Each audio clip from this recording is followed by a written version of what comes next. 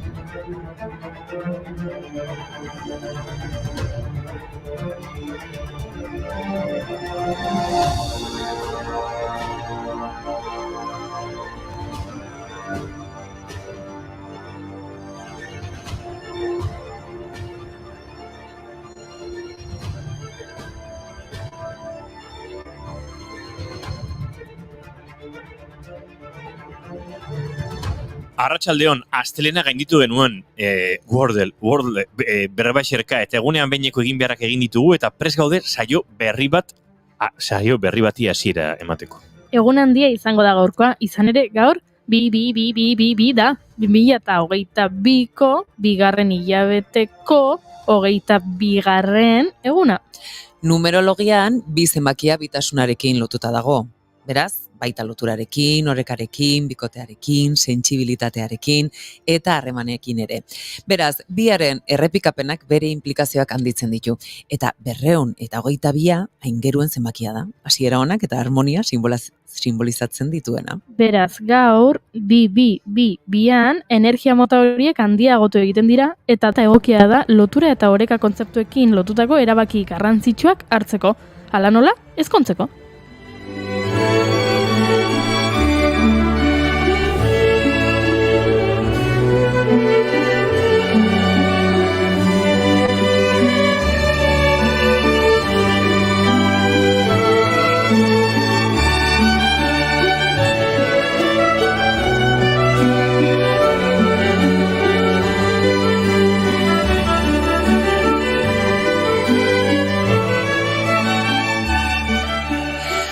Aizue, antolatu dezagun ezkontza bat orduan.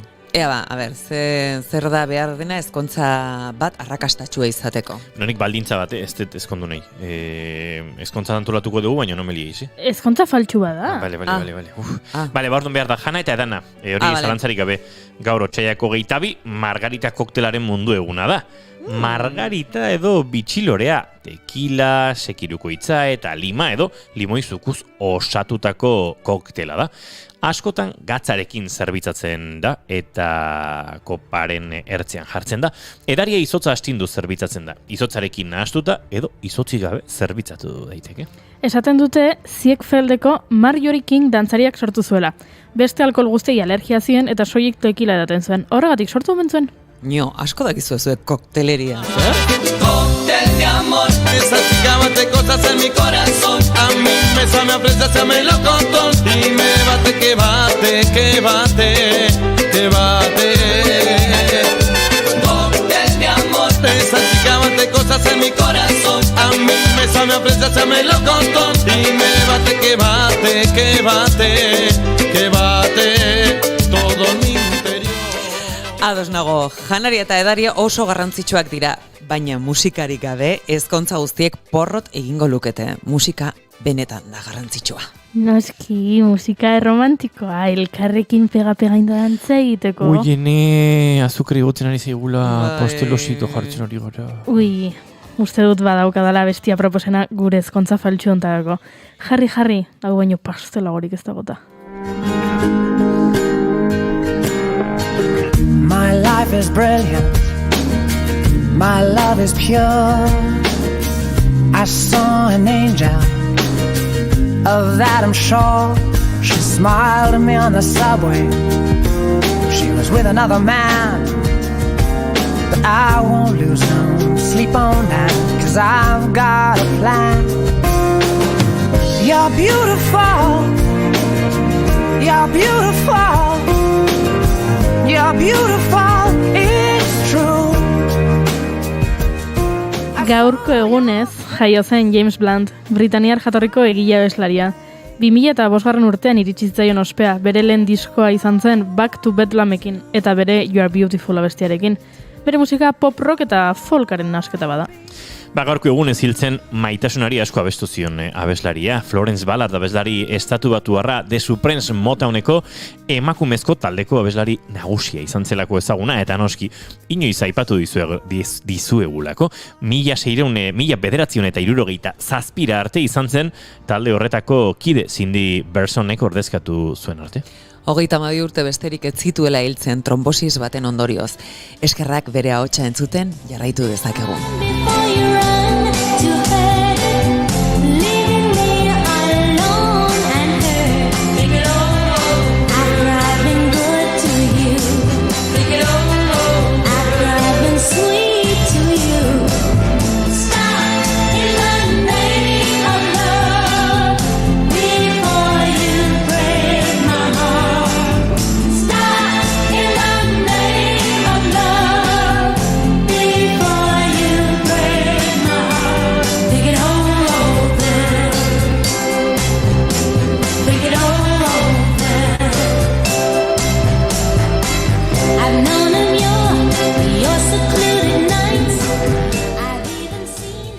Ezkontza berezi bateko protagonista gaurko egunez jaio zen.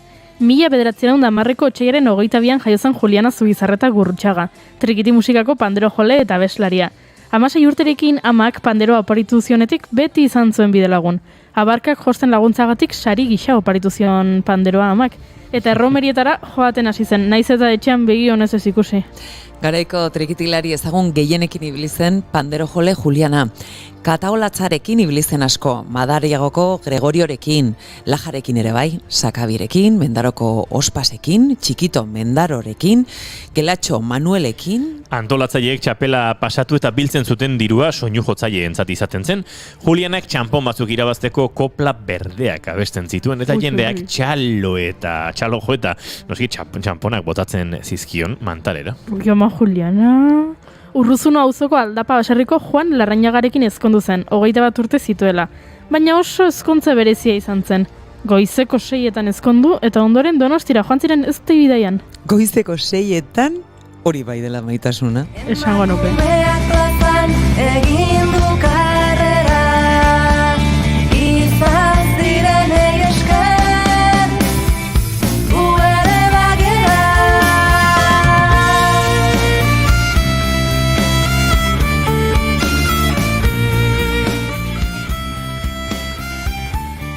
Aize, ezkontza asko gaur egun bideoz grabatzen dituzte, ezta? Nork grabatuko luke bigarren gafeko ezkontza faltsu hau? Aukera asko dozkagu, begira. Gaurko egunez jaio zen Luis Buñuel, Espainiar zinema zuzendaria, 1989tik 1977 32 pelikula zuzendu zituen. Horien artean, Bididiana, Belle du Jour eta Sea of Courgette de Dessert, edo esaten den bezala. Wow, ze sexy, Asensio. Merci beaucoup, madame.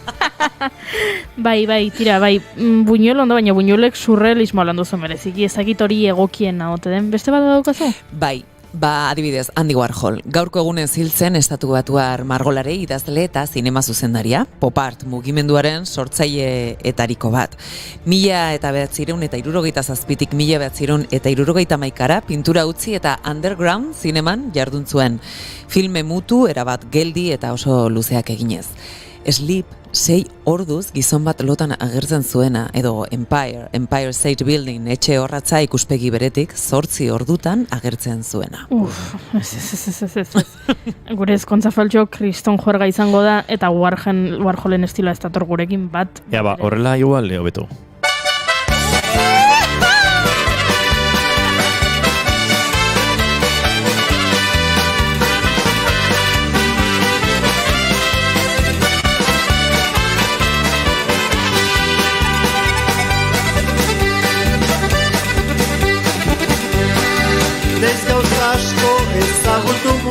Orduan badakit, Ana Díaz, gaurko egunez jaio zen zinema zuzendari gidoigile eta dokumental gileen aparra 1980an Goya saria jaso zuen. Oixe, perfecto guretzat. Eta ezkongaiak hori falta zaigu eta garrantzitsuena izaten da, Bai, hemen dauka zerrenda. Dona Pellaniz Nieto, Alain Urrutia. Eta Baserri Loreko, Koldo Ormaza eta Joey Albert. Hau bai, ezkontza ona, hostia, bale, ados. Karo, zinek esan du ezkontza bat bikote batekin soilik egin behar denik. Behin asmatzen hasita, ez da? Bai, modernitatearen pean edo.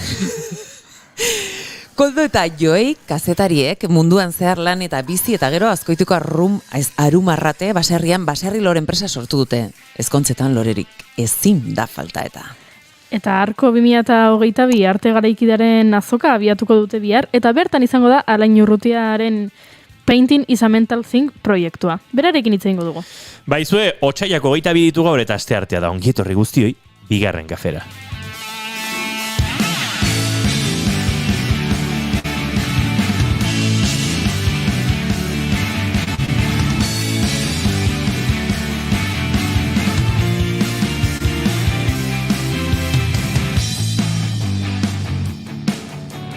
Zuekin dantzara, festara, jatera, edatera eta botatzen diozuen edozin proposamenera, baiezkoa, erantzungo duen emakumea. Maitena Salinas Beiztegi, arratsaldeon! Arratsaldeon, Euskal Herria. Hori esaten ari zinen bitartean esaten nuen. Bueno, Goiuri edoni izan gaitezke. Zer duzu Goiuri? Zotina!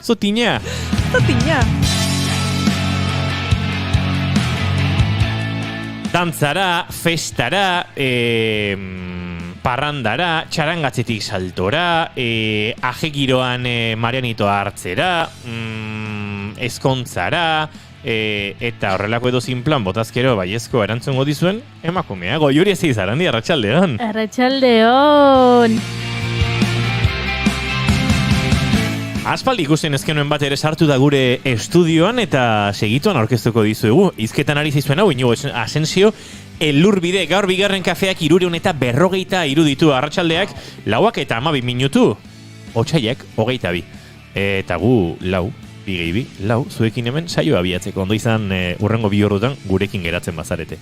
Eta geratzen ez bazarete ere ondo izan. Honen opa dizueguta, baina geratu.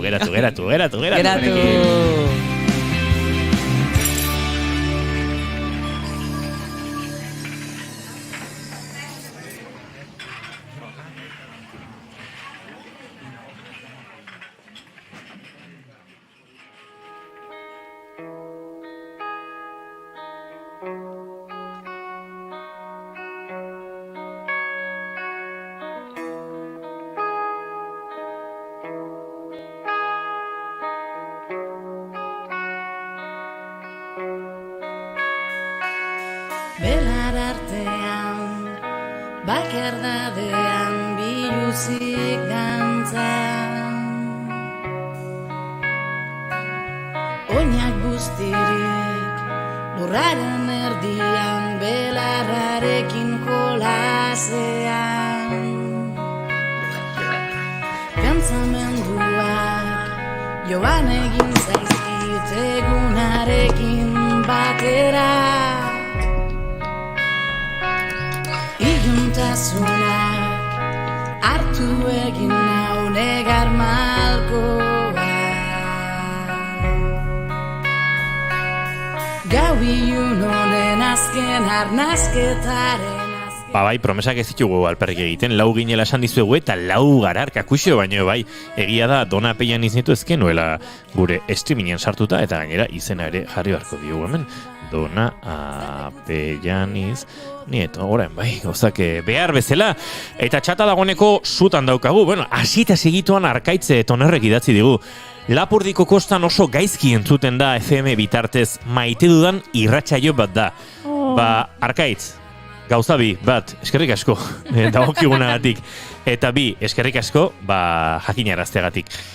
Guk dagokigun mailan saiatuko gara, baina ez da errexi izaten FM bitartez, gure teknikariek hartzen dute ardura hori, eta behar bezala Euskal Herriko esparru guztietara iristea barkatu. Eta hori zergatik gertatzen den ere historia luzea da. Zoritxarrez, herri honek jasan duen jazarpenarekin ere zerikusia baduena. Baina beste baterak utziko dugu azalpen luzeago hori bitartean saiatuko gara Euskal Herria guztira FM bitartez iristen, baina iristen ez bagara ere gogoratu. plataforma guztietan entzungai gaituzuela, bai Facebooken, Twitchen, Twitterren, YouTubeen, eta gainera naiz irratiaren webgunean sartzen bazarete, edo naizen webgunean, naiz.eus/zuzenean, edo naiz irratia.naiz.eus webgunean, bertan topatzen duzuela, segituan klik egiteko aukera, eta bertan entzun dezakezuela, noski, datu bitartez, edo internet bitartez. Esaterako entzun dezakezue elektrizitatea kantu hau. Ez du hausa zaukeratu ego Juri. Ez, da nire maite duta.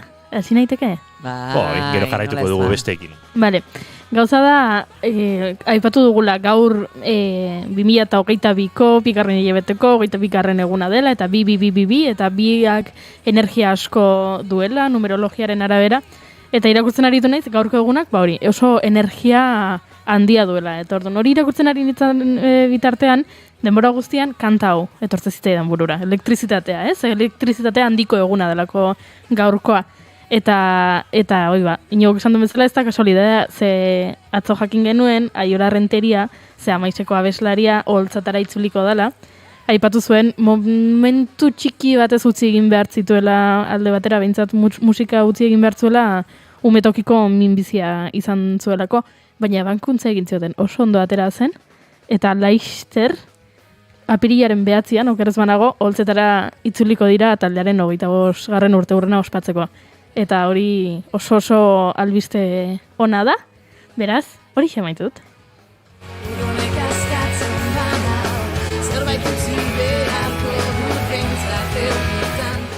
Jakin badakit gainera, bere kezka nagusia zela, horrek alako aldaketa hormonalak sortzitzakela, epe motzean behintzat gorputzean, eta era berean horrek ahotsarean ere eragin izan zezakela, beraz, badarama denbora lokalera joan, eta kantuan, eta teknika lantzen, eta dakidan eraino, ahotsa betiko Aioraren ahotsa hori izango da, eta gozatzen jarraituko dugu inongo aldaketarik gabe, eta aldaketarik behar bazuen ere Aiora, aldaketa eta guzti entzungo genuen zure timbre zoragarri hori, inongo arazorik gabe.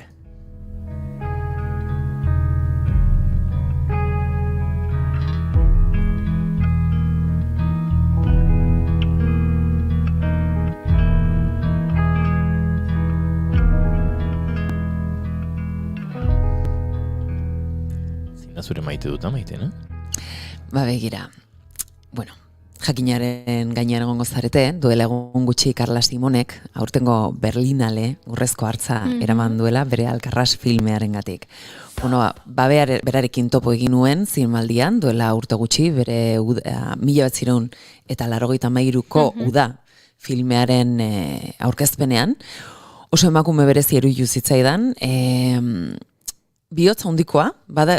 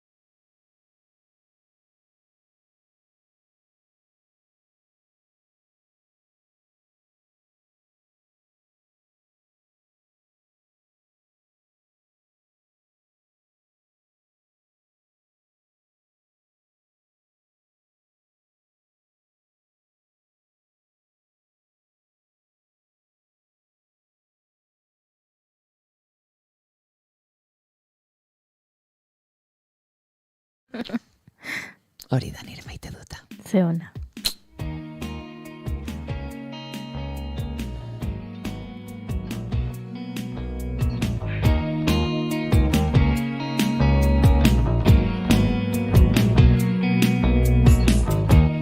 Karnata berria amuan,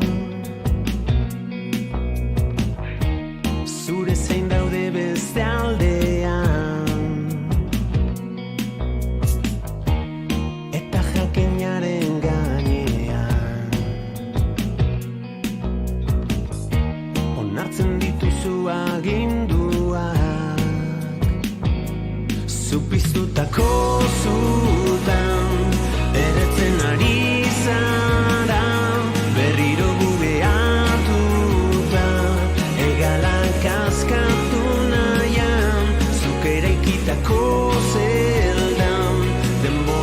aurrera doa, ies egin nahian, ondoratzeko zorian.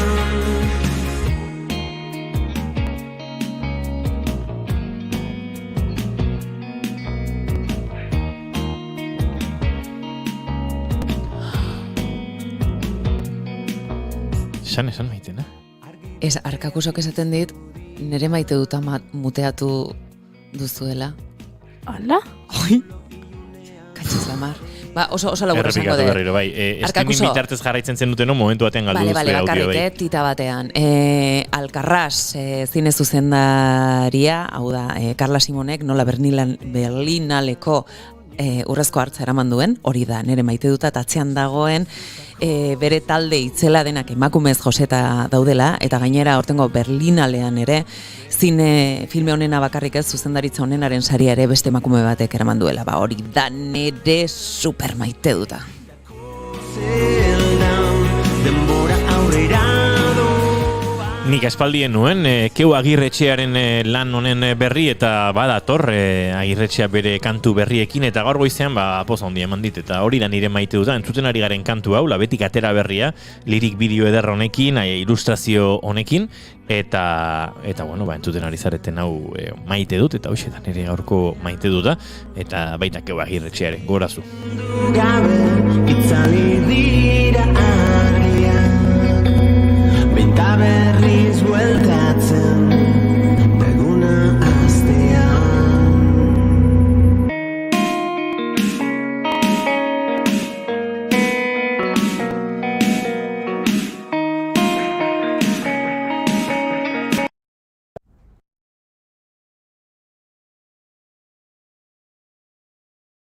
Zutan eretzen ari zara, berriro bugeatuta, egalak askatu nahian, zuk eraikitako. Eta uste dugu dagoeneko izan beharreko arazo tekniko guztiak izan ditugula. Hemendik aurrera olatu aparrean igo eta bagoaz aurrera arratsaleko 6ak arte. Dona Pellaniz Nieto, arratsaldeon, bizidienak agertzen diala. Arratsaldean. Bizi ala izo. Asko bizi naiz. Egi ez da. Eta intentxo gainera, ez? Bai, oso, egia esan oso pozik, baina bizirik. Ona da hori. Ez da, bai, ez da egit onona, baina bai. Denbora disfrutatzen nahi naiz, así denbora que, luzez agian ezin da mantendu, Hoi baina da. noiz binka oso ondo dago. Ba, Dona Pellanizen maite dut entzun aurretik, hemen daukagu txata sutan. Lehenengo mezua, Inigo, ze sexy kamisa horrekin. Oien, Ba, eskerrik asko, bai, hori izan eta botoi bat askatu dut. Gozo gogorka, egia esan, ondo. Zoriondu Jon Liz, nire gaurko maite duta da, bueno, zoriondu Jon Liz, zergatik, bero... Ez, gero azaldu du. Bale, bagoaz, Jarraitu pixkanaka. irakurtzen, bai. Nire gaurko maite duta da, atzo kriston pikea hon nintzala eta kateklan eta ze engantxa da. Por Dios, ni zuen ezkontzara noa. Ba, bixi, zegoizeko 6 abituko geha. Barrandara. Arkakuxo, kaixo maitena, lau pantaian hiru zaudete. Bueno, jazta, lau gaude, kantutzarra, orain, ui, mikroak, ja. 3 hilabete geratzen dira, nire urte betetzerako, eta gazte txartela izateari usteko. Neska, 3 hilabete, guaindik. Lasai garrotiko hori ere gainditzen da. Eta Jon Lizek esan du, Arrikitaun, gerora faltzen dago ere? Edo Arrikitaun hau ulertu Ez, duzu? sartu da, esan du, venga, Arrikitaun. Arrikitaun, ketaun, ketakatakaun, ketakatakaun, hola ez? Bale, oso ondo Jon Liz. Api, garrotiko, ni naiz edo ez da entzuten hori, konpondu dugu, pipi, dona hemen dago, bai, mertzi, la, ze guapa da on, guapa, hori pentsatzet dona, ez da? Dona. Bai, oso ondo. Jo, maitena muteatu izute, jazta, konpondu dugu hori ere, nik maite nuke jakitean noiz egingo duzuen, bigarren kafea zuzenean Iruñetik. Arrazoia dauka. Oain, maitenak esango du, erdi... Eske ni erdi naparra naiz! Donostiar, erdi behaseindar, sasi Mira, ordiziar, nire lehengusu, bihozerdia, erdi, Tolosan, Iruña eta bizidia. naparra izateaz gain, Iruñarra ere badela. Bueno, babida, San Ferminen netzako die, beste batzuentzako, tanborrak eta zuentzako inauteriek dien bezala. Horrekin dena esaten dut. Bida. Ze txaketera. Osea, listo. Ez que ni Willy Fogg ez dela nahi. Ez que ezin da.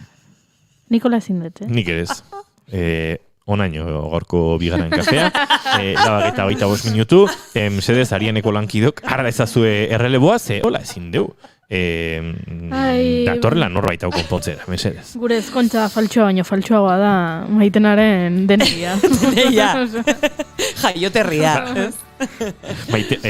Uste dut, badoela kantu bat Maitenarentzat oso egokia dena euskal kantu gintzen, eta da aberriaren mugak, Maitenarenak, denerako balio dute bereak.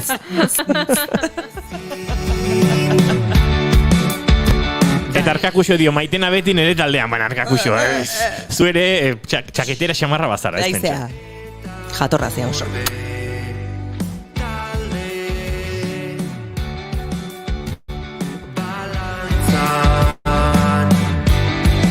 Venga, dona Peian iznieto, zein da zure maite dutak? Konta iguzu, jakitear gaude, jakin minez ez zine asketuta. Jo, ze espektatiba. Azken aldian, bitu, jabete honetan, hola pixkat kontatzen zuen dere bizitzan, hain naiz jarraitzen Angel Martin, komikoa. Komikoa, ez da? Komikoa da, bera, bai. Eta orain idazlea. Eta, gauza asko ez, eta bendela 3 hilabete edo, atea zuen Por si las voces vuelven liburua, izan dako brote psikotikoaren inguruan idazlena edo, bere historia kontatzen du. Eta horrekin bat, podcastak izen berarekin, Por si las voces vuelven egiten ditu famatuekin kontatzen pixkat badegula bizitza bat, ez? Pantaiaren atzean eta denok sentitzen degula eta pixkat ze gertatzen zaigun eta gustatzen zait, agian ez dut maite, baina bai gustoko dut nola azaltzen ari dan naturaltasun eta gaina bere jarrera horrekin gertatzen zaizkigula gauzak, brote psikotikoa daudela, depresioak, gure osasun mentala oso garrantzitsua dela, zer degula, eta ontaz hitz egin bar degula, eta horrekin nator gaur. Maite dut edo gustoko dut, edo, pixkat interesgarria irutzen egiten ari dena. Bai, ez, ni lagun bati oparitu nion, berari hori pasa zaiolako, eta berarekin ikasten ari naiz zeoikoa den, tamalez, hori gertatzea, ez? Eta ze isilpean eramaten den, eta nola horrek mina aregotzen dien, ez? Hori jasaten duten pertsonei. Bai. Aizue, akaso saioa azteko moduan ere bagara, ez? Azita daukagu, baina... Bai, ema jozu, playari eman. Betan? Bai, eman. Play. Pause, play. Play, hemen, honi. Play, venga ba, horri.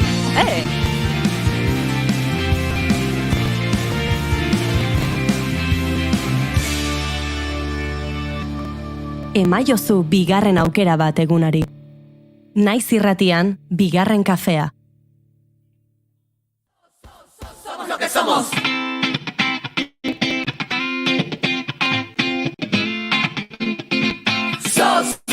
Somos lo que somos. Mira, hermano, aquí somos los que estamos. Y aunque hacemos lo que podemos, no aprendemos, no avanzamos. El mundo se hace pequeño, la vida nos sigue pesando.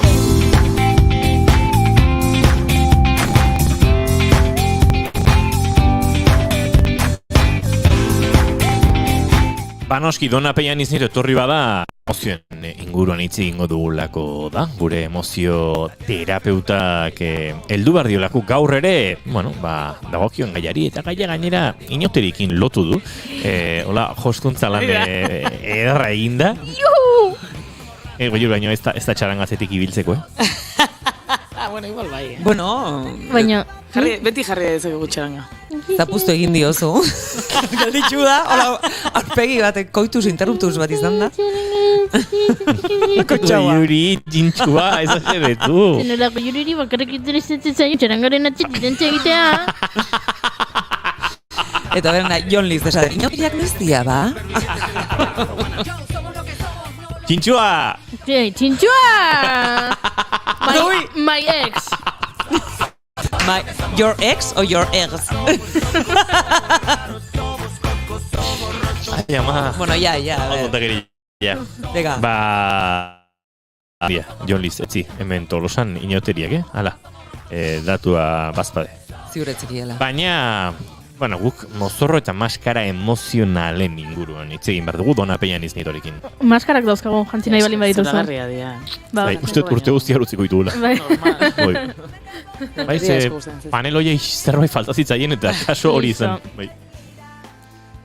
Ba, eskusa horrekin, uste gai, bueno, niri asko gustatzen zaidan gaia da, ze gure izaera edo bizitzaren parte dira, eta ni egia da galdera batekin hasi nahi dudala, asko gustatzen zait galdetzea, eta nire galdera da, zuek uste zue maskara emozional edo mozorro emozionalak dituzuela edo erabiltzen dituzuela? Ziur baietz. Bai, konstientego edo ez konstientego, baina bai, ziur, bai. Ni nagoera bat ziur erabileraren inguruan, baina bai dauka sentsazioa transmititzen duela zerbait oso barrutik berretzen egiazkoa ez dena. Eta bai, ez dakit nire maskara baden, ez dakit kontzientek egiten dudan, edo jendeak horrela interpretatzen duen, baina bai badago uste dut talka bat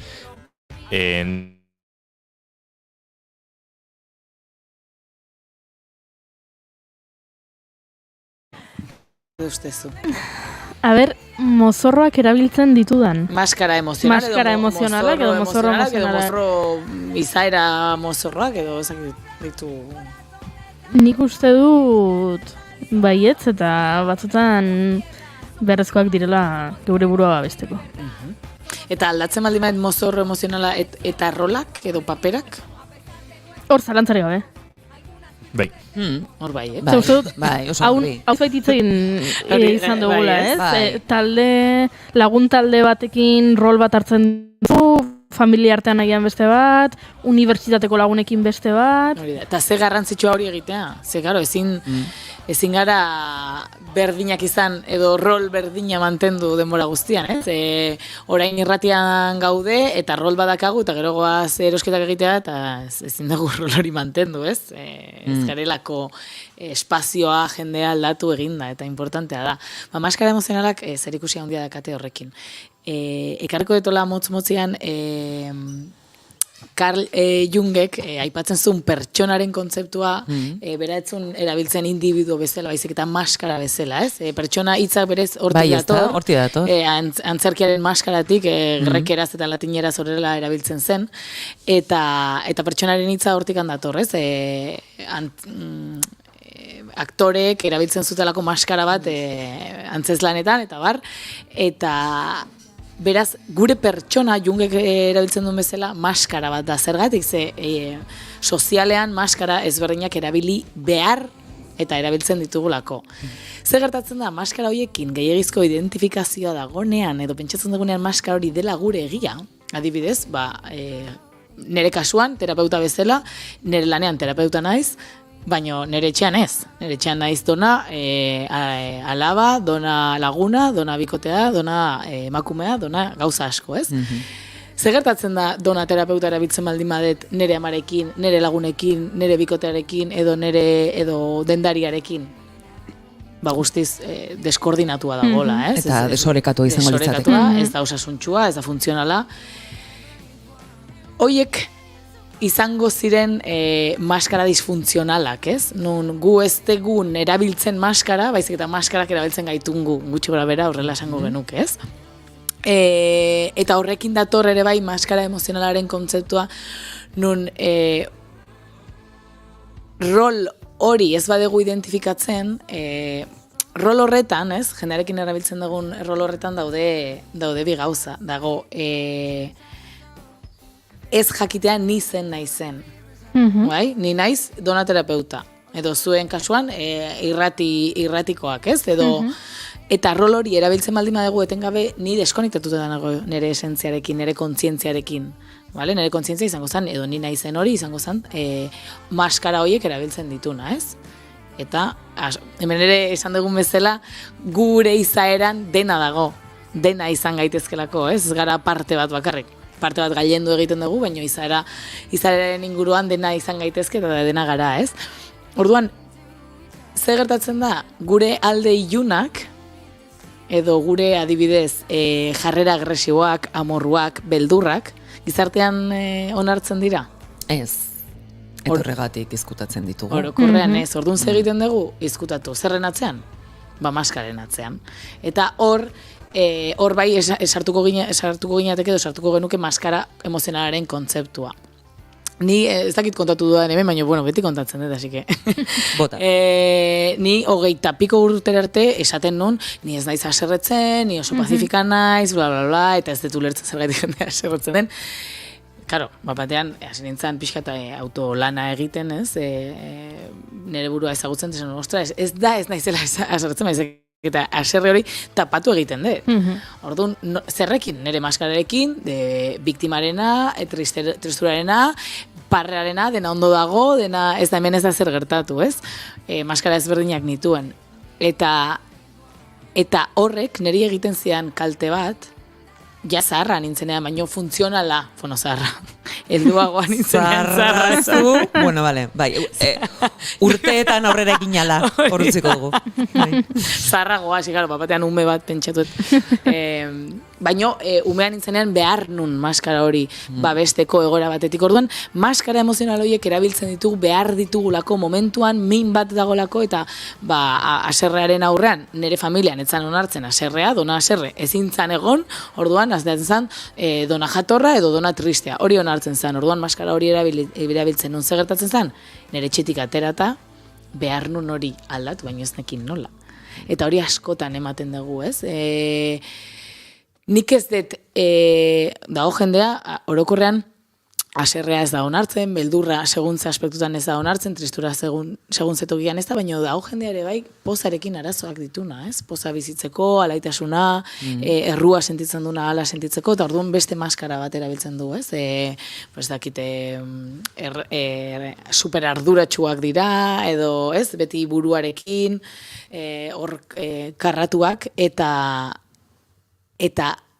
hori errepikatzen denean eta identifikatzen garenean horrekin hor sortzen dira arazo pilo bat. Ordan beti bezala ezer ez da ona edo txarra, ez? Segun kalte egiten baldin badugu, pues hor landu egin beharko genuke eta ni beti esaten dut askotan sobrebibitzeko edo bizirauteko bizitzan behar ditugu horrelakoak eta oso ondo daude eta erabiltzen jakitea oso garrantzitsua da. Gauza da justo behaiek erabiltzen gaitu zenean, eta goazenean bizitzatik, gure maskarekin bai rolean oso identifikatuta gaudelako, adibidez, lehen aipatu da Angel Martinek, aipatzen dugu momentu batean, bera identifikatzen zela Sé lo que hiciste programako papel horrekin. Bai.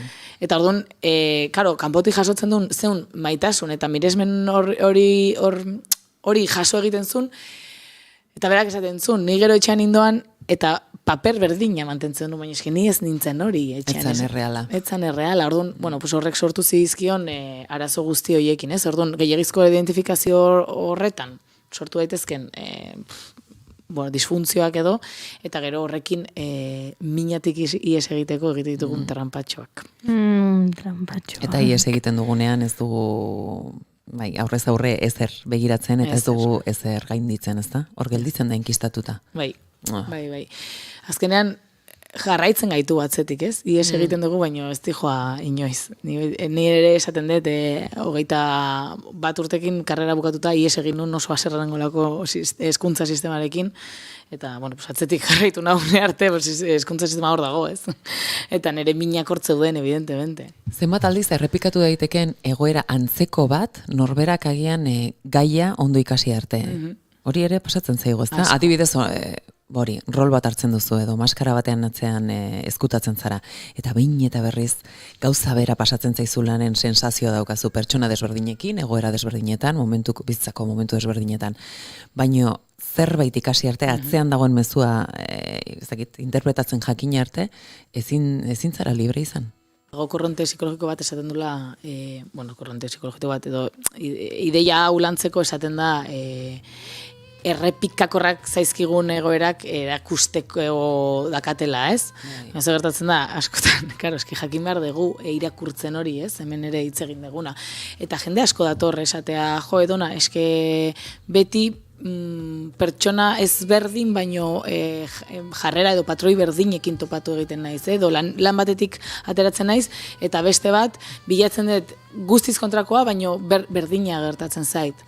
Claro, eta hor, evidentemente ez da kanpokoa, ez? Da kanpoan dagoela arazoa, bizitzan arazo piloa daude, eta bizitzago arazo josita, eta gizarte hau ez dago orekatua, badakigu.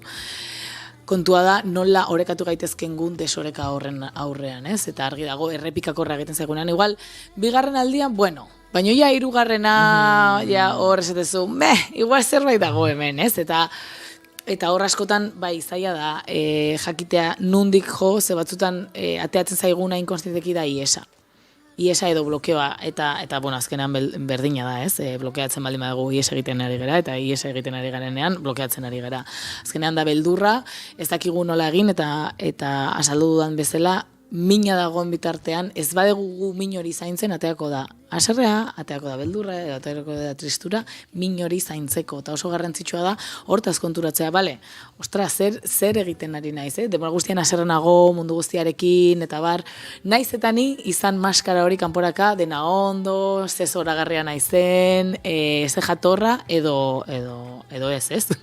Zan daiteke, baina askotan haserre hori barruan gordetzen dugu, edo beldur hori barruan gordetzen dugu, eta denari aurrera, bueno, pues hemen ere esan dugun bezala, jarrera kontrolatzaileak ditugunean beldurra dago atzetik, pentsatzen baldin badugu beti arazoa dutela besteek, pues segurazki haserrea egongo da hor atzetik, eta bueno, tristura identifikatzea normalean erresagoa da, ze gaude goibel, gaude barruraka, eta bueno, pues ikusten duguna emozionatu egiten gara horrekin, ez? Mina zaintzeko zintzoena niretzako edo garbiena tristura bai izaten dela, besterak bai izaten dinela gehiago maskara horiek ze mina mingarria da, eta ez zaigu gustatzen. Ze polita esan duzu, mina zaindu. Eske mina zaindu, barda? Bai, baina ze polita den hori. Kamisetak, ja. Mina zaindu. Mina zaindu hori izaten da arazoa eta. Beste ez dakit min egiten ez duten gauzak zaintzen ditugu, baina mina ez dugu zaintzen. Mina ez dugu zaintzen. Aurrekoan, eske aurrekin lan egitea, bueno, bakizu ez zoragarria iruditzen zaidala, baina ni gai hauetaz ez, hitz egiten eta aurrekin, eta esaten zean, esaten nion, mina ez atxarra, esaten nion aurre bat esaten zean. Ja, dona, baina eske, mina handia egiten du. Esaten, ja, baina zuz egiten duzu, zauri bat egiten duzunean, pues, betadina eta tirita, pues da berdina, aurkitu behar dugu, betadina eta tirita emozionalak, ez? Ze balio digun bakoitzari hori zaintzeko. Baina hori askotan ere ez digute erakusten, eta pixkat maskarei bueltatuta etxean rol bat betetzera ez dakit behartu, baina bai bultzatu egiten gaituzten nahi gabe, bale? Ez dut uste gurasoek hori nahita egiten den, baina askotan da, zer rol bete izan dugu etxean, ez? Baldin badakagu anai bat, arreba bat, aizpa bat, hor askotan konpentsatu egiten gera, ez? Ni nintzen emozionala nere etxean, eta nere aizpa razionala. Ni nintzen intentsa, eta nere aizpa laguntzen zuna, ez? Beti bronka nere atzetik, nere aizparekin dena errex. Segurazki nere aizpa egonez balitz, Zuet zinatek izango zaren bezalakoa, ni beti pentsatu izan dut. Eta kontrakoa, ze orekatu konpentsatu egiten gera. Eta askotan, lanketa hori ez denez egiten, zein da dona? Dona da hau. Eta hori jasotzen dugu txikitatik, gure jarrera errepikakorragatik edo mingarriagatik, eta hori erreproduzitzen goaz. Eta gero, ateatzen gea gurasoen etxetik, eta nahi gabe betetzen dugu hori. Beste batzutan, sortez ikasten dugu beste rol batzuk betetzen eta eskerrak. Gero ere eskolan, dela gure bigarren familia, ez demora asko pasatzen dugu eskolan, eta da berdina. Nota honak ateratzen dituzu, zoragarri, nota txarrak, kontuz. Ez? Eta horren aurrean, jarrera ez dakin nola dakazu, eta etiketa jartzen da. Eta kontuz etiketekin, ze askotan aurrak edo pertsonak ere identifikatu egiten gara hoiekin, eta hor gelditzen gara, ez? Eta hori bete nahian. Nahi dugu hortikan atera, baina ez dakigu nola, ez?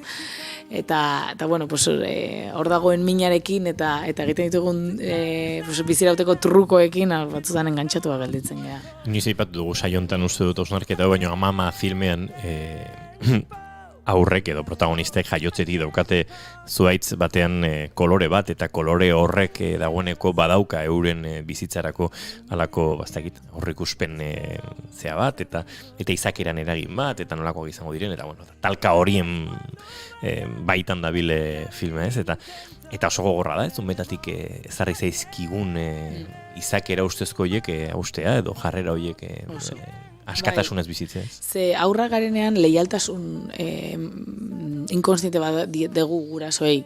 Bizira gupen zerbait da, eta orduan, behaiek esate dutena hori da egia. Eta horrekin ere akatzea, gurasoen figura hortatik ateratzea, bueno, pues prozesua da, bizitzaren prozesua da, eta egiten dugu, konstienteki edo inkonstienteki egiten dugu.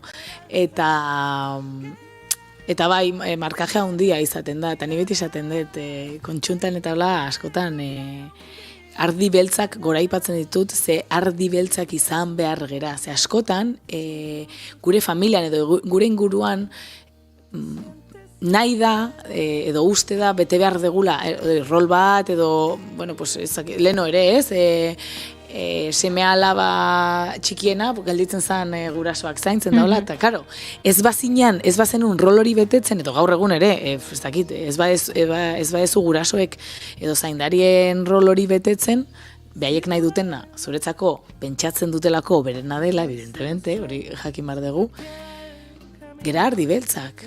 Eta ez zaude egiten familiak orain arte egin duna, edo familiaren legado hori betetzen, edo orduan ardi beltza gara, eta ardi beltza izan behar gara. Berez gainaz, sistemak baita askatzeko, ezta? Sistema familiarrak askatzeko, beti egoten da norbait. Beti. Beti ardi beltz hori izaten da, normalean zaplasteko gehien jasotzen dituena alde guztietatik, inork ulertzen ez duena, sarritan, baina eraberean sentitzen duena ez duela okarri berarengatik egiten, baizik eta sistema guztiak osatu behar duen prozesu batean sartu behar delako, ezta? Apurtu behar du zerbait, eta askotan karga handia da pertsona batentzako, eta askotan nola hori ez den zilegi egiten, eta iesak egoten dira, askotan, pues, nola zaten da, bueno, drogadikzioak daude egoten dira horren atzetin, oso zaila da mantentzea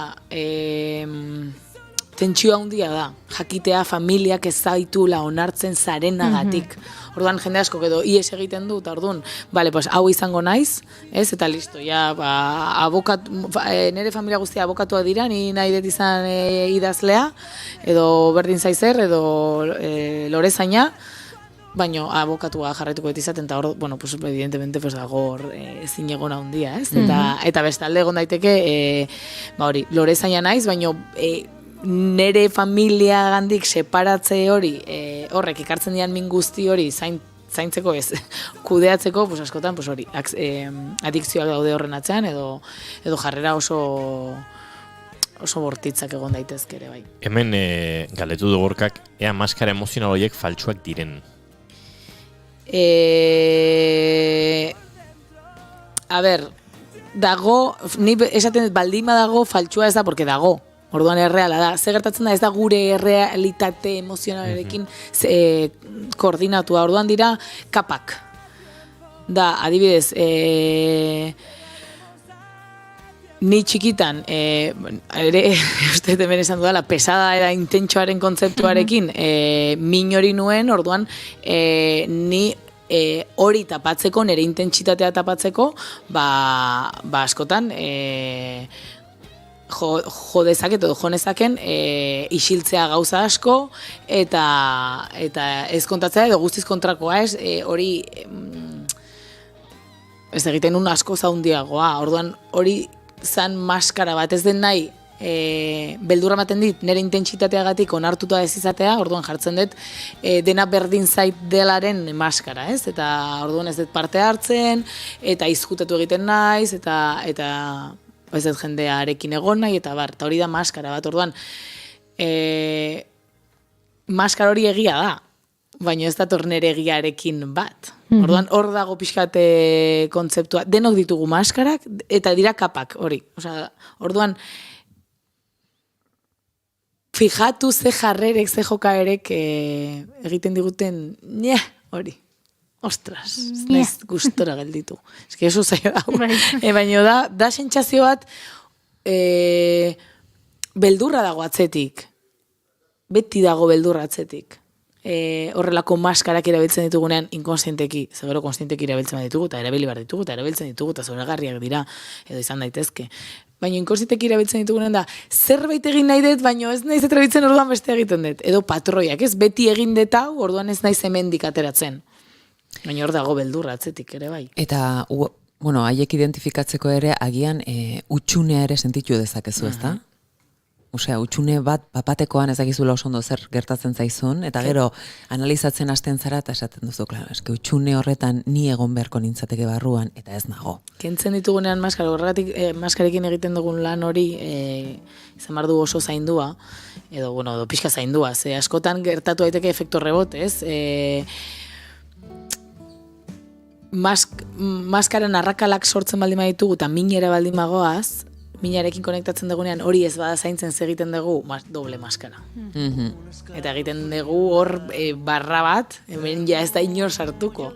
Orduan, karo, utxunearekin konektatzea, utxunea zaindu behar da, eta utxunea denok ditugu utxunea, eta utxunea zoragarriak dira, gora gure utxuneak baino zaindu behar ditugu ere bai. De hecho, dago, Ana Jenasen utxune liburua, ipuina, zoragarria dena, eta asko gomendatzen dudala, nik asko erabiltzen dut, saioetan, formakuntzetan eta bar, eta aurrentzako da, baino, bueno. Bueno, aurrentzako dena ere bai, ez dakit, edo norrentzako izan daiteke. Aurrentzako da, baino aurrak nola erabiltzen duten, asko, a ber, ni ez dakat utxunea, ni txilborra dakat, eta horren hasten dira begiratzen, baino helduok oso ondo harrapatzen dugu zer dan. Duela gutxi Maik uste aipatu zuela, ez? Aurra dela, nerabea dela, aurrura, eta nerabea eta heldua dela, aurrura, nerabeura, eta heldura, ez? Beraz, bagara oraindik. Matrioska emozional bat. Eta heldua garen horretan, helduak egin barduna da, nerabea zaindu eta aurra zaindu. Hori da. Eta bakagula, nahiko lanak gure burua zaintzarekin, besteena zaintzen sartzen garenean, ja esatezu, madre mia. Solo estás buscando fuego.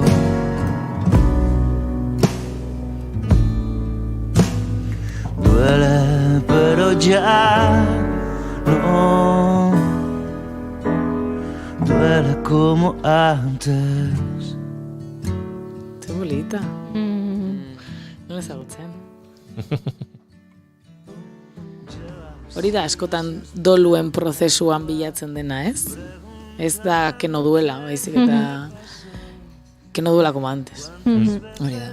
Jasangarri, eramangarria izan da dila legia. Zikatezak beti gelditu, osea, mina baldin badago hor geldituko da arrasto hori, gogoratzeko dona ikasi hemendik. Dona, edo bakoitzak dituen horretan, ez? Kontuz, hau ikasketa bada. Un amor en ruta.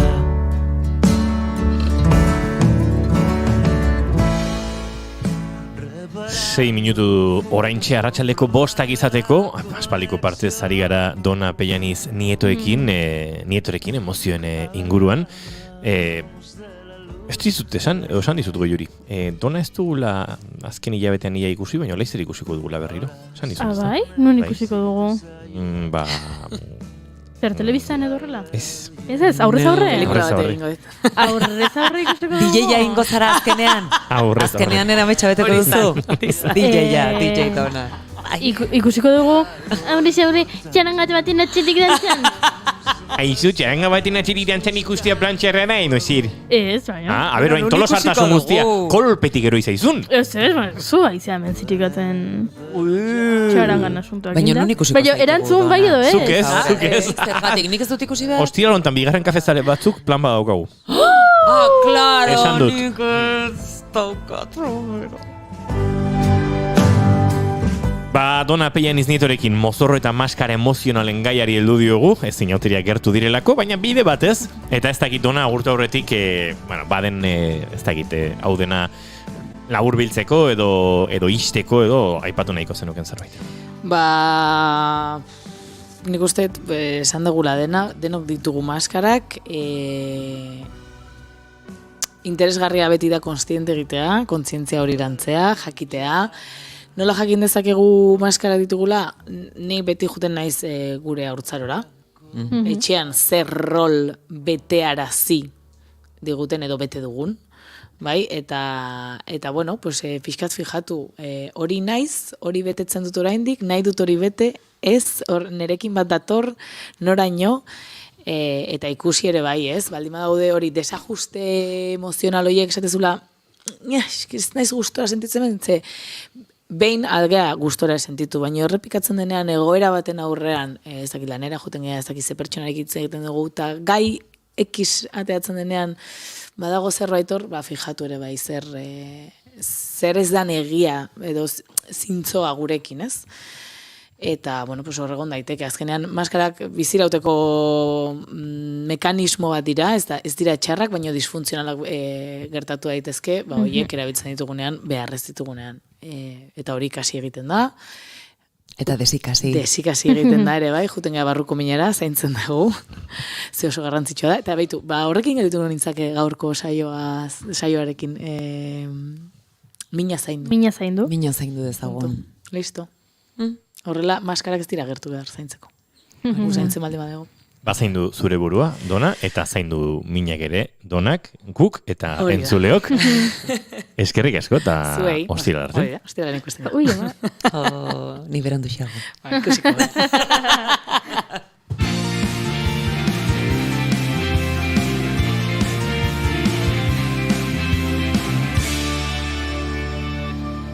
Bigarrenak ez direlako beti okerragoak, bigarren kafea. Naiz irratia. Presondegietara begiratuko genuela, zehazki preso gaixoen egoerari, izan ere Euskal Preso Politikoen kolektiboaren baitan, gaixotasun larriak dituzten presoen egoeraz behin eta berriro ohartarazten dute, eragile ezberdinek 19 preso gaixo dira une honetan. Patrizia Belez Etxerat elkarteko bozeramalea. Estatua presoaren ongizateren bermatzailea izan behar dela, hori azteko.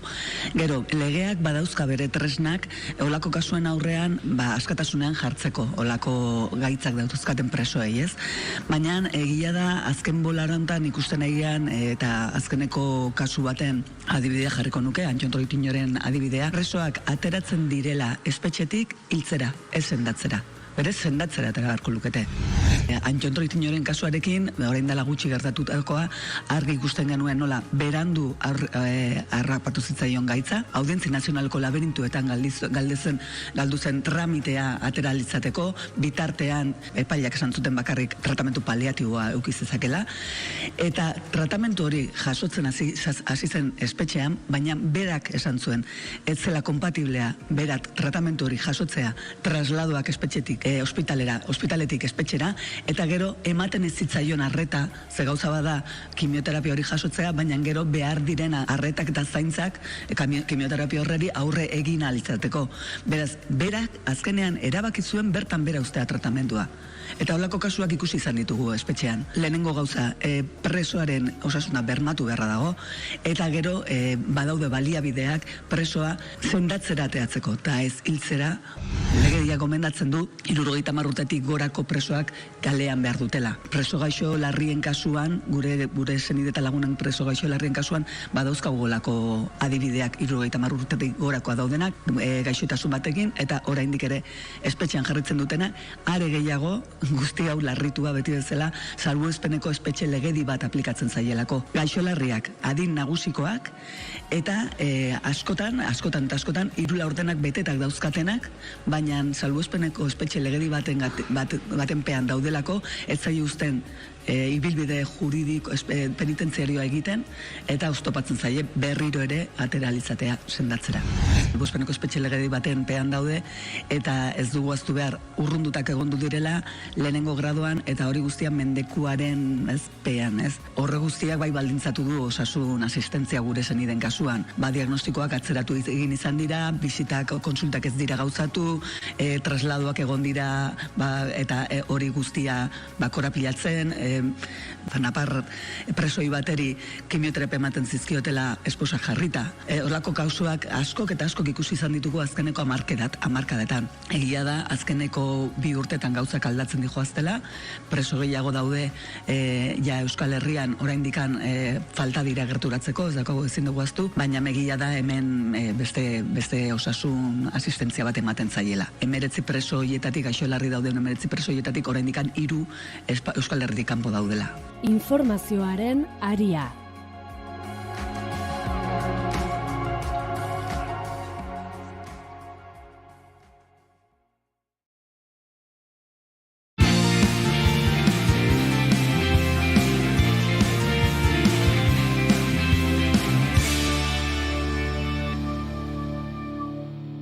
Bigarrenak ez direlako beti okerragoak, bigarren kafea. 5, 6, 7. 5, 6, 7. 5, 6, 7. 8.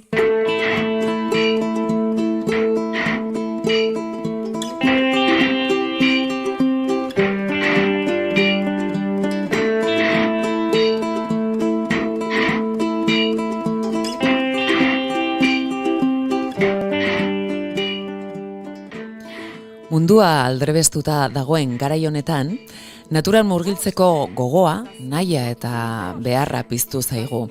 Bere taupadez eta usainez aldentzen ari garelako eta gure osasun sistemek guzti hori pairatzen hasi direlako. Gizarte digitalizatu batean bizi gaitezke eta era berean lurra zapaltzeko beharra asebete, baietz esango nuke. Batak ez du zergatik bestea indargabetu behar. Baserriak ere ez dira aintzineko bizitokiak bezala ulertu behar. Egungo teknologiarekin ere hornitu daitezkeen etxe ekipatuak baizik. Gure irudimen kolektiboan mantentzen dugun museo kutsu hori baztertuz. Nortzu zeate Bagea, bagea, bagea, bagea Orain arte esandako guztia permakulturarekin bateratu daiteke. Kontzeptu hau entzun eta agian oraindik garbi ez dutenentzat zera da. Nekazaritza, ekonomia, politika eta gizarte diseinuko printzipio sistema bat. Ekosistema naturalaren patroietan eta ezaugarrietan oinarritzen dena. Adar asko ditu, hala nola diseinu ekologikoa, ingeniaritza ekologikoa, ingurumen diseinua, eraikuntza eta baliabide hidrikoen kudeaketa integratua, arkitektura jasangarria eta ekosistema naturaletatik modelatutako automantenimenduko nekazaritza sistemak garatzen dituena. Hau da, Amalurraren legeak errespetatu eta hoiekin bat egiten duena. Horregatik, 70ko hamarkadaren amaieran hasi zenetik, bizi dugun ingurumen eta gizarte krisiari emandako erantzun positibo gisa definitu da permakultura. Baguaz, beranduki badare. Zenbazeate,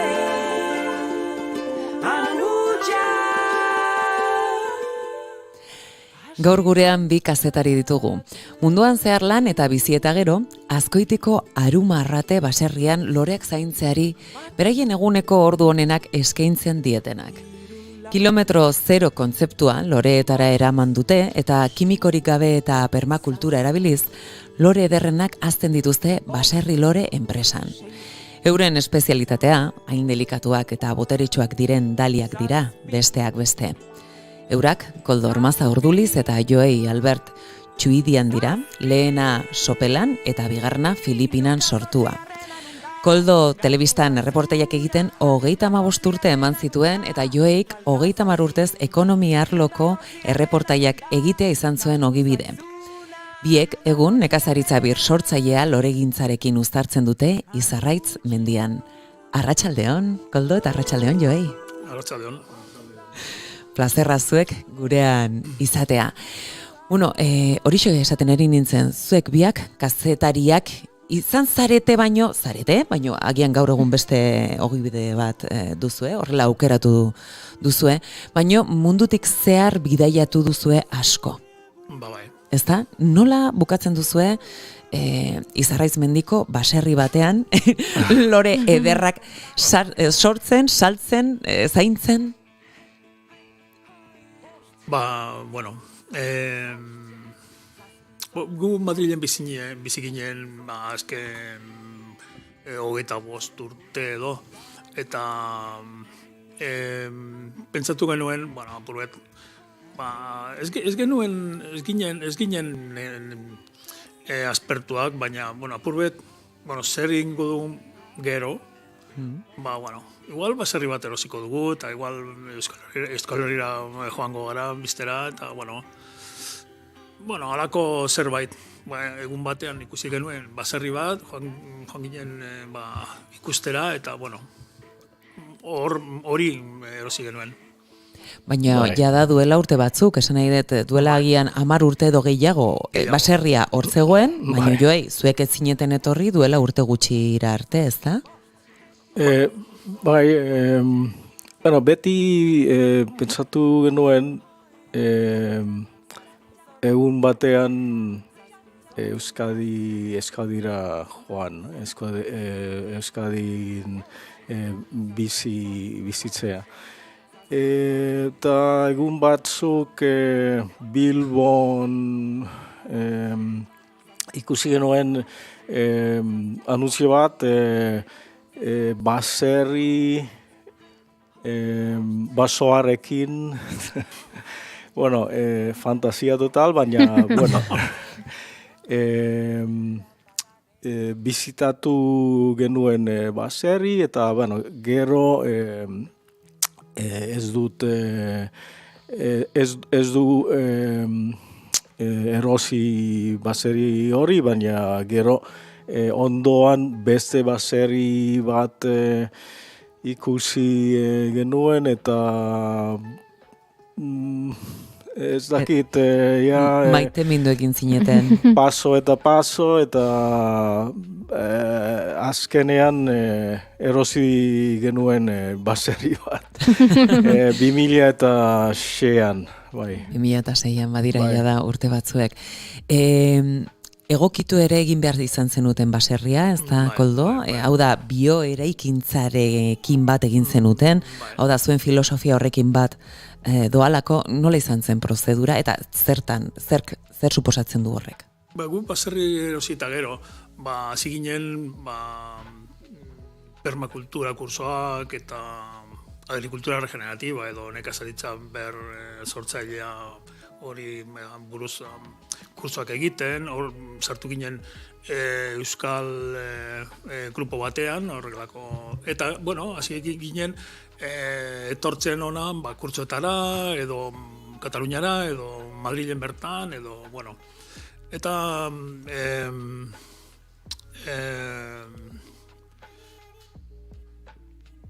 hor sortu zen lurraren maitasuna eta zer moduz guk zelan lurra zaindu eta importanteena hori zela, ez? Lurraren zati, hor daukasun lur zati hori, zuk administratu edo, era apurbet berezian, ez berezian, ez gutxi lurrari, ikusi asko, entzun asko, eta gero egin behar denean, egin, baina ez joan eta hasi gauzak egiten edo mugitzen edo ez da izan, apurbet ikusi eta entzun, eta gero kalmaz joan hor ikusten zer egin behar den, baina entzun apurbet lurrari eta ambienteari eta hor dauden gauzetari zer...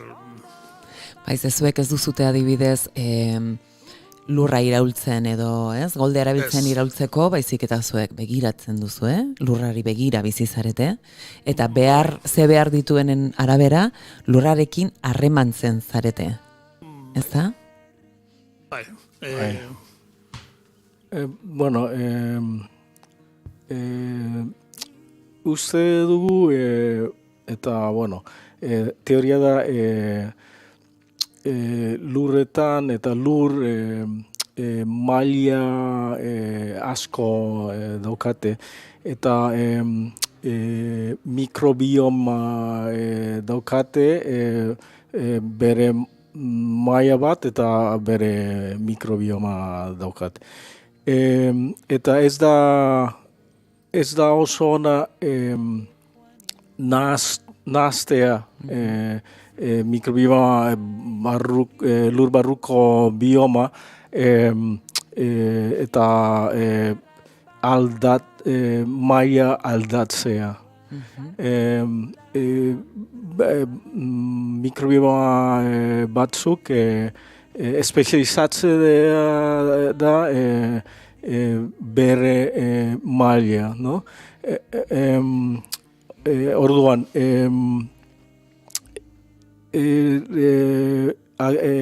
nekazaritza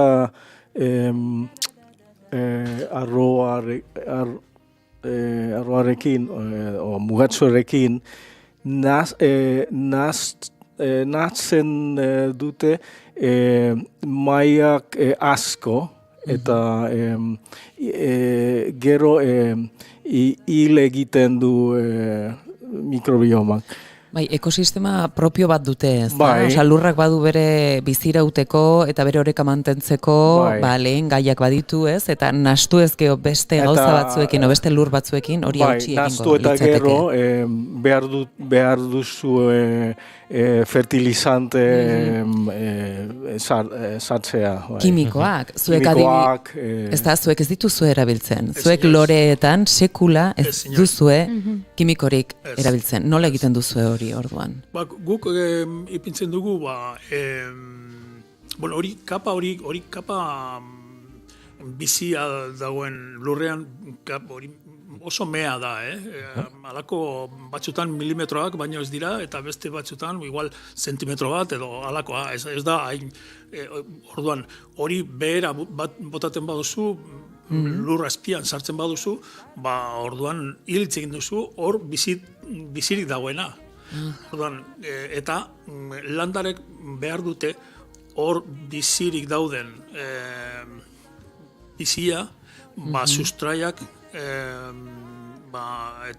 sustraiekin interbentzioa egiteko eta bizia emateko landareri, ez? Eta orduan ez dakit zer hori kimikorik gabe. Orduan guk saiatzen gara ez botatzea, eta botatzen dugu, ipintzen dugu lur gainean urtero komposta, edo igual horriak, edo beste kimuak txikituta, edo, dauden biomasa gainean. Beti lurra egon behar du, aldanen lurra ez cubierta, ez dakit zela esan. Bai, estali gabe, ez?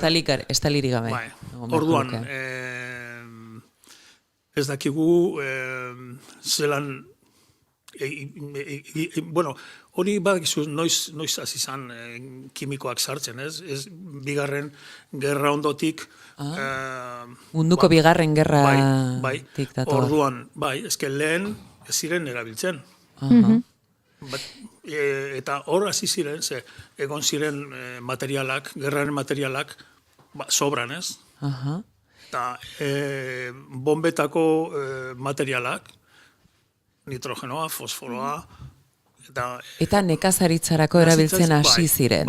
Eta makinak tankeak egiteko makina asko, fabrika asko egin ziren, eta gero hor kateak, eta horrek motorrak eta beste gauzak, eta hasi ziren traktore handiak egiten, nekazitzarako, eta buelta emateko lurrari, eta gero horrek kimikoak ere lurran sartzeko.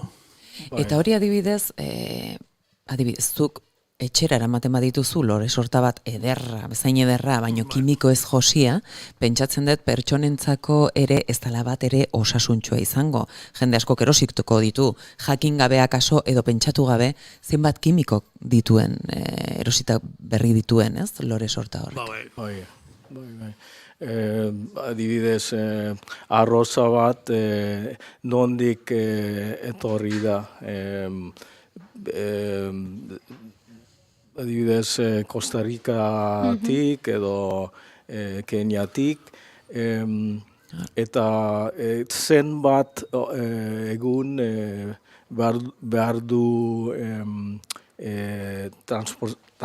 transportez egon, eta gero etxean behar du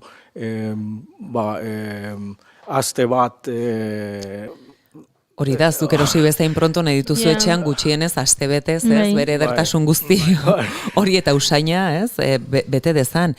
Esan duzu Costa Ricatik datozela, 185, edo guk hemen, ez esango merkatuetan, edo aurkitu ditzakegun, ez, gure hiri zein herrietan aurkitu ditzakegun loreak, 185 batean atzerritik datoz, Costa Rica, herbereak, hori asko da.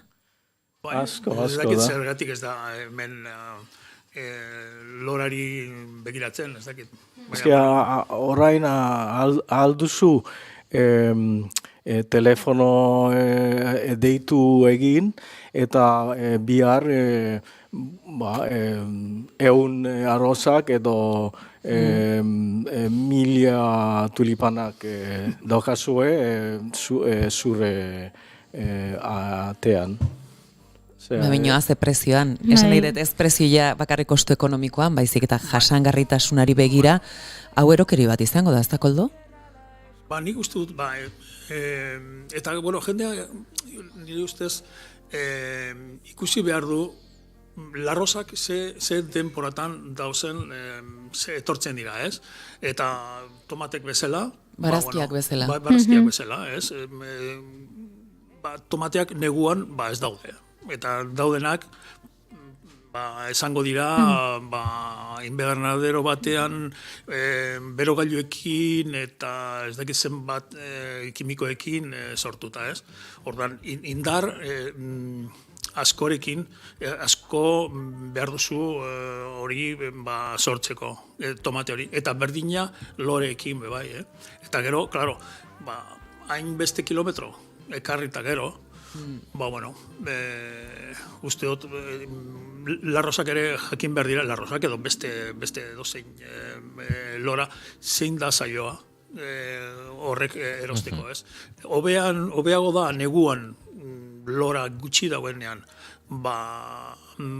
ez dakit, arbusto baten lora batzuk edo errama batzuk, erramo polit bat egin horrekin, edo ez dakit, apurret naturarekin bat egin, zure etxean sartzeko, bai, ez? Hau da, janariarekin egiten dugun bezala edo gaur egun nahi... Kontzientziazio falta daukagu. Ze janariarekin hasi gara geroz eta gehiago begiratzen nondik datorren, zenbat kilometro egin dituen, baina egia da loreekin, oraindik ez duela klik hori egin. 0 kilometro kontzeptua loreekin ez du orain arte gehiagi izan buruan, ez? Eta ziur aski zuek zarete mugimendu guzti hau hemen agian txertatzen ari zareten batzuek behintzat ziur. Ziur baietz, ez? Hau adibidez, Amerikako estatu batuetan eta Ingalaterran permakultura eta horrelako prozesuak eta han famatuagoak dira, ez da? Slow flowers edo horrelako mugimendu bat ere badago honen inguruan. Bai, slow flowers, danak ezagutzen dute slow food. Eta slow flower da, bezala da, lore lokalak, kimikorik gabe, temporada loreak,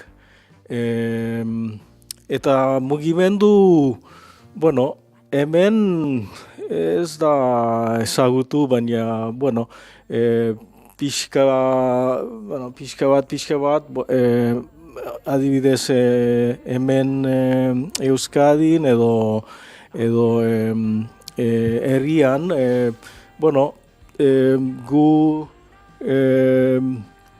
produktoreak gara eta bueno, ezagutzen dugu ez dakit, bost edo 10 beste lore produktuak, lore baserriak, no? Inglaterran joan nintzen duela 3 urte, eta baserri baten lan egin nuen. Hori, bueno, ikasteko, egun edo... Han ikasteko, Joi? Han ikasteko. Bai, han ikasteko eta ikusi nuen, bueno, lore baserri asko eta kontzientzia asko.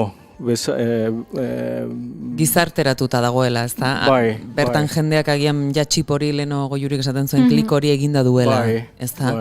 Joei, zu Filipinarra zara sortzez. Bai.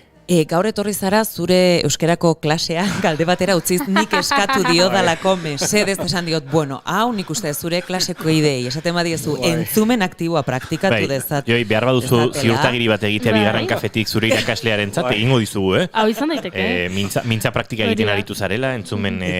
Oso, eksplikatu nuen nire irakasleari, bueno, gaur... Ez naiz joango klasera, baina eskusa ona daukat. Aitzaki ona daukat, bai horixe baduzula. Gauza bat esan behar dizuet. Gizu euskaltegiak Twitterren jarraitu gaitu dela gaur. Bai. Begira ze ondo. Joirenen euskaltegiak Twitterren jarraitu gaitu gaur. Nik uste daudela adi, aber egia den, eta onera etorri zaren. Bueno, kaixo mirentxu.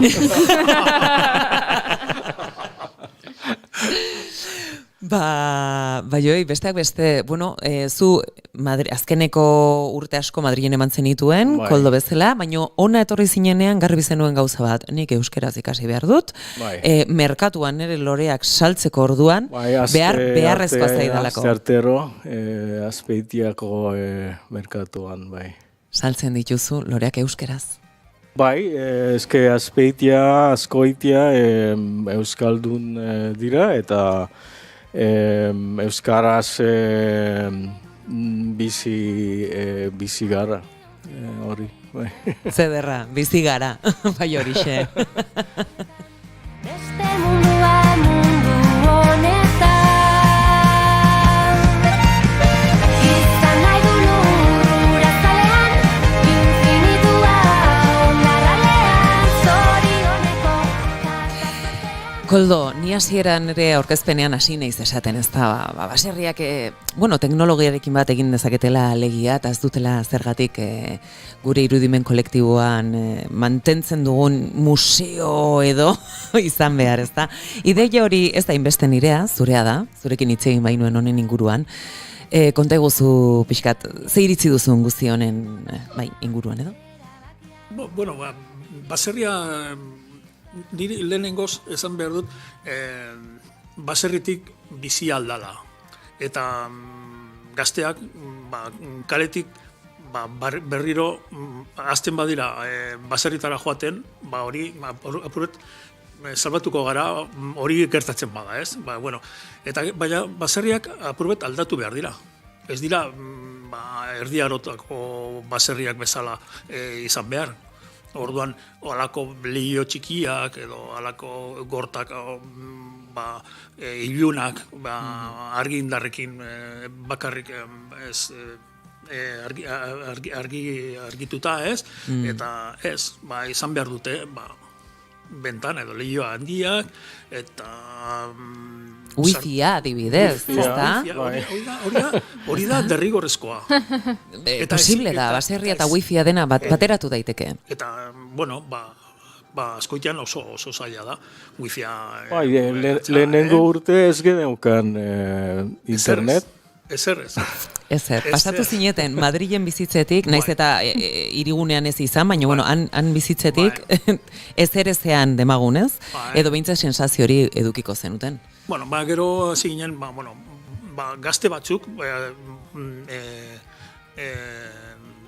Zumaian, hasi ziren, desafio batekin bezala, hasi ziren, emango diogu baserrieri wifia, edo bai, eta bai, egin zuten, eta sartu ginen, erronka horretan, ez da? Eta, bueno, orain badukagu, horien bitartez daukagu wifia, eta, bueno, ondo arreglatzen gara, konpontzen gara. Eta, bueno, hori, eta gero, bueno, behar duzu, apurbet, kaminoak apurbet desenteak. Bai, badagoela zer egina, eta eginez gero ere agian jende gehiago ere animatuko litzatekela, ezta? Baserri batean bizitzera. Bukatzeko, badakit formakuntzak ere jaso dituzuen enean, eman ere egiten dituzuela. Adibidez, kuaderno botanikoa, deritzon formakuntza bat baduzue. Noiz izango da, apirilean, ez banago oker, konta eguzue pixka zertan datzan, jendean, agian animatuko da eta. Bueno, apirilean izango da. Dut apirilaren... Bueno, apirila izango da, eta Garbine... Larrearekin, izango da. Eta izango da 3. Egiten duguna. Eta da, kuadernotxo bat, joan gure lurrera bilatzen, gero poltsa batean sartu, gero mai batean, inguruan esartzen gera, eta han selekzionatu, eta gero horrian... Bai, txikitan egiten genuen bezala, ez da, azkenean da, baina, bueno, gure ja beste adin batekin eta beste gogo batekin. Eta gero beste aldean, ipini, fitxa, detailekin. Oso ondo. Jakin dezazuela Instagramean dituzue, baserri loreak. Mila esker, Koldo, mila esker, Joei, plazerra izan da, eta 6 kimikorik gabeko lore ederrak zaintzen. Eskerrik asko bikote. Eskerrik asko.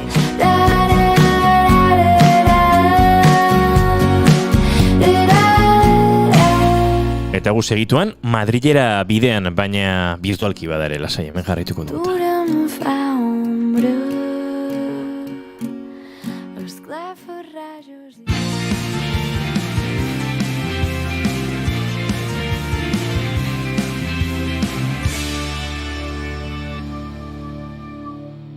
Bigarrenak ez direlako beti okerragoak, bigarren kafea.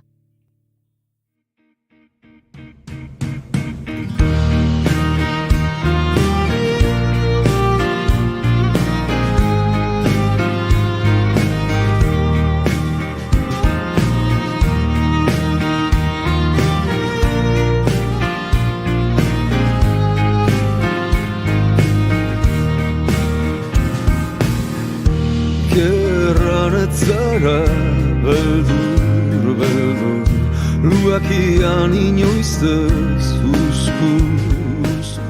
Bihar abiatuko dute Madriden erakusketa zinez berezia eta kontatu nahi genizuen. Giorgio Morandi margolari ezagunaren lanarekin izango da elkarrezketan Alain Urrutian margolari bilbotarra edo hobe esan da, bi artisten lanak izango dira elkarrezketan.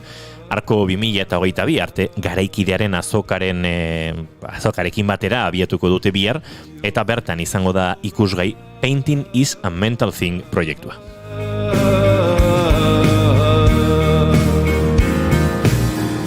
Ekaitzaren baitzan eratsoa, sua maigabean itxasoa, baso itxian zeru, betidaniko bihotz, eroan azazu. Irakurri dugu proiektuak asonantziak eta marruskadurak islatzen dituela 20. mendeko maisu handietako baten eta margolari gazte baten arteko lanen asonantziak eta marruskadurak.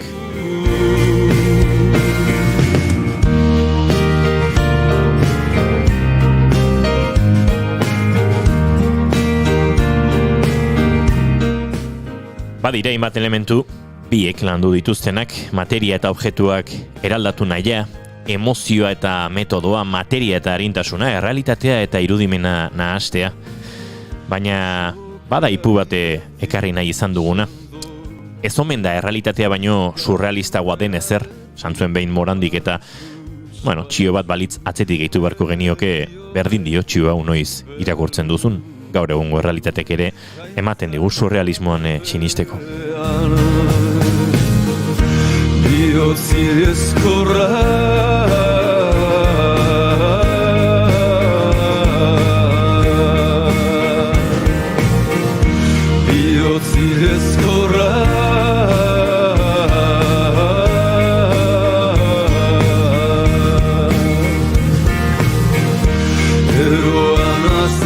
Errealitatea badu helduleku, baina bilaketa ere izan da Alain Urrutiaren sorkuntzaren motorra azken urteotan.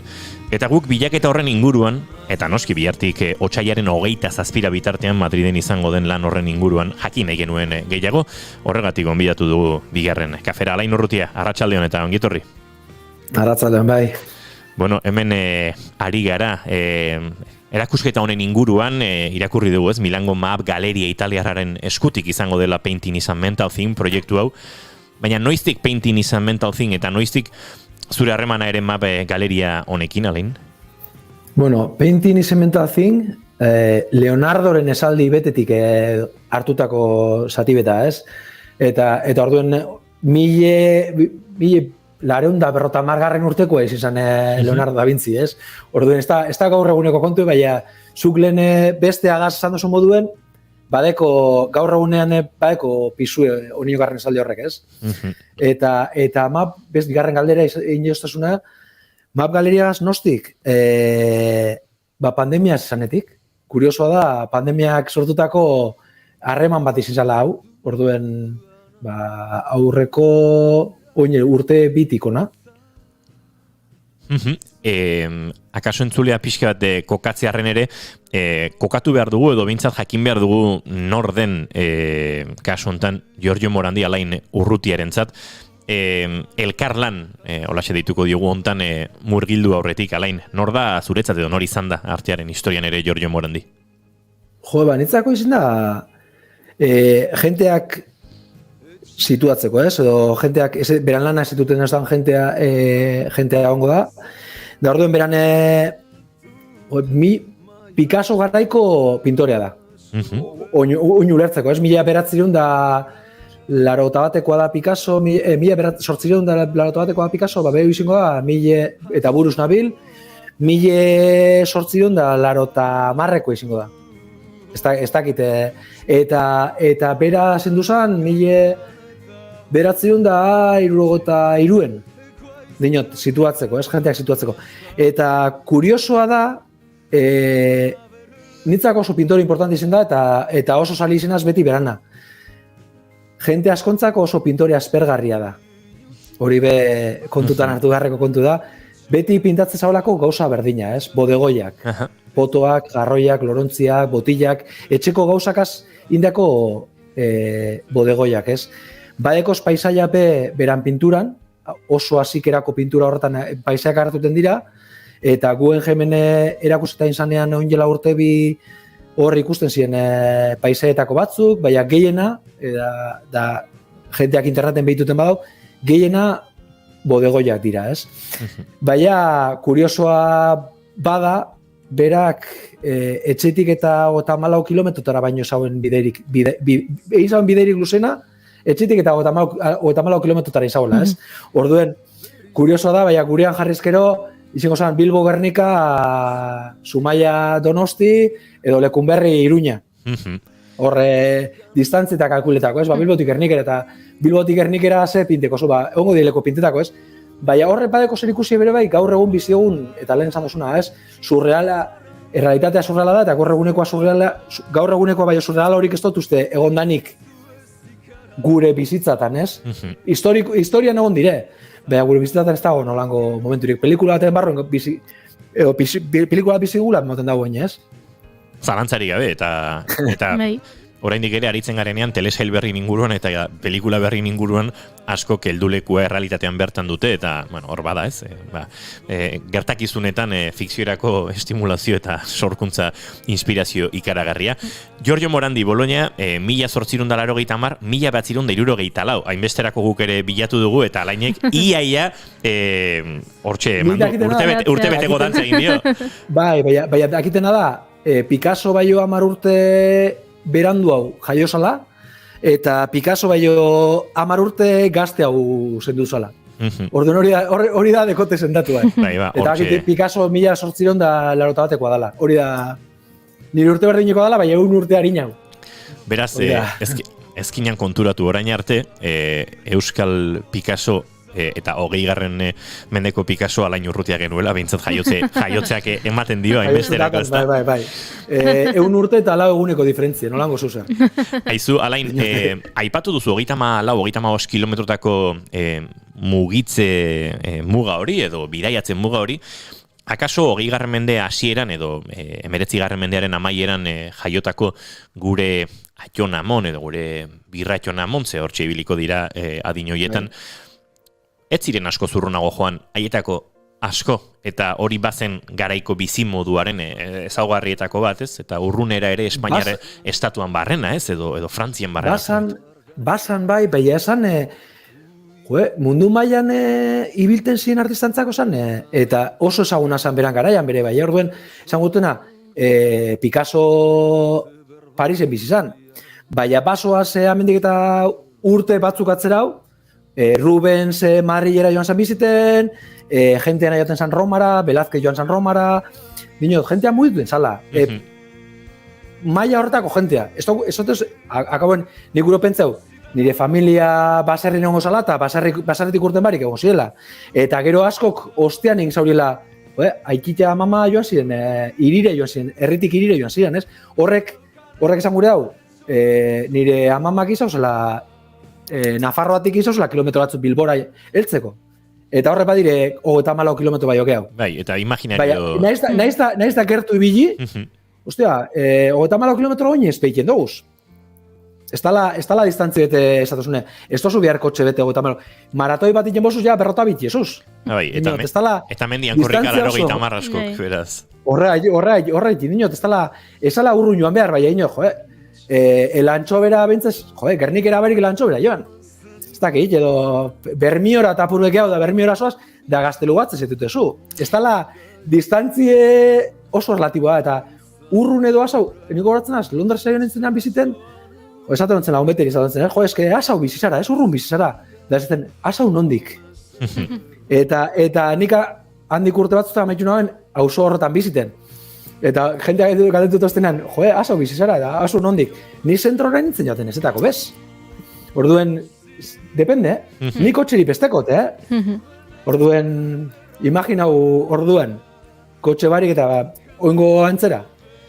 Oso distantzia laburrean bizita ere, eta arek irudikatu nahi zuena objektuei eta bere arteari dagokionez, errealitate horren baitan ibilita ere, Morandik bazuen alain bodegoiaren bitartez ere, eta objektu erreal oso sinplen bitartez, beste espazio metafisikoetara eta beste hausnarketa eta lanketetara jotzeko gaitasuna, ez? Eta kaso hor bere merito artistiko nagusia, ez?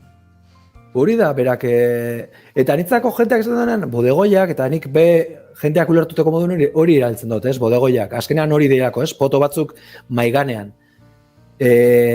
Nitzako ez dire bodegoiak, ez dire, eta zuk esan dozuna, eta ez hori bakarrik, nitzako paisaiak dira, ez? Eta hortik datorre erakusketa honetako planteamendua edo bintzet oinarritako hortan datza, ez?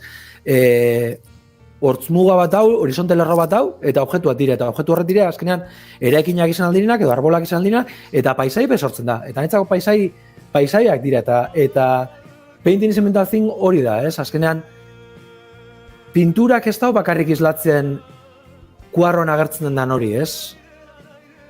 Aratago doa, ez? Kuarro baten zuaitz bat agertzen den ez da, zuaitz bat bakarrik islatzen.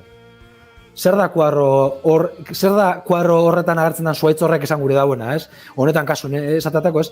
Nik injotezen kuarroak kasunetan dana dekorie paisaiaga zer ikusia, Morandien kuadroak paisaia gaztekorik zekusie nitzako eta jente askontzako, ez da nitzako bakarrik, baina danak dira paisaia begituteko modu bat, ez? Bai beranak eta bai niriek, ez? Kasu honetan esateko horratzien agertzen zen basua, edalontzi hori, nitzako hori izango zen referentzia dana erakusketa guztian guztirako indiako lanantzako, eta da poto bat, basuet, Holandakoa, baina hor dago grabatuta, eta ez da ikusten paisai bat dago grabatuta, ez? Eta azkenean da hori, ez? Paisaiatik hor ez da ikusten, ez da ikusten apenas, baina hor agertzen da paisai bete kristalean, ez? Grabatuta. Eta nitzako hori da, ez? Eta Giorgio Morandik iti ezabana zan, paisaiatik edan, nahiz da gero potoak az, lorontziak az da erakutzi, ez?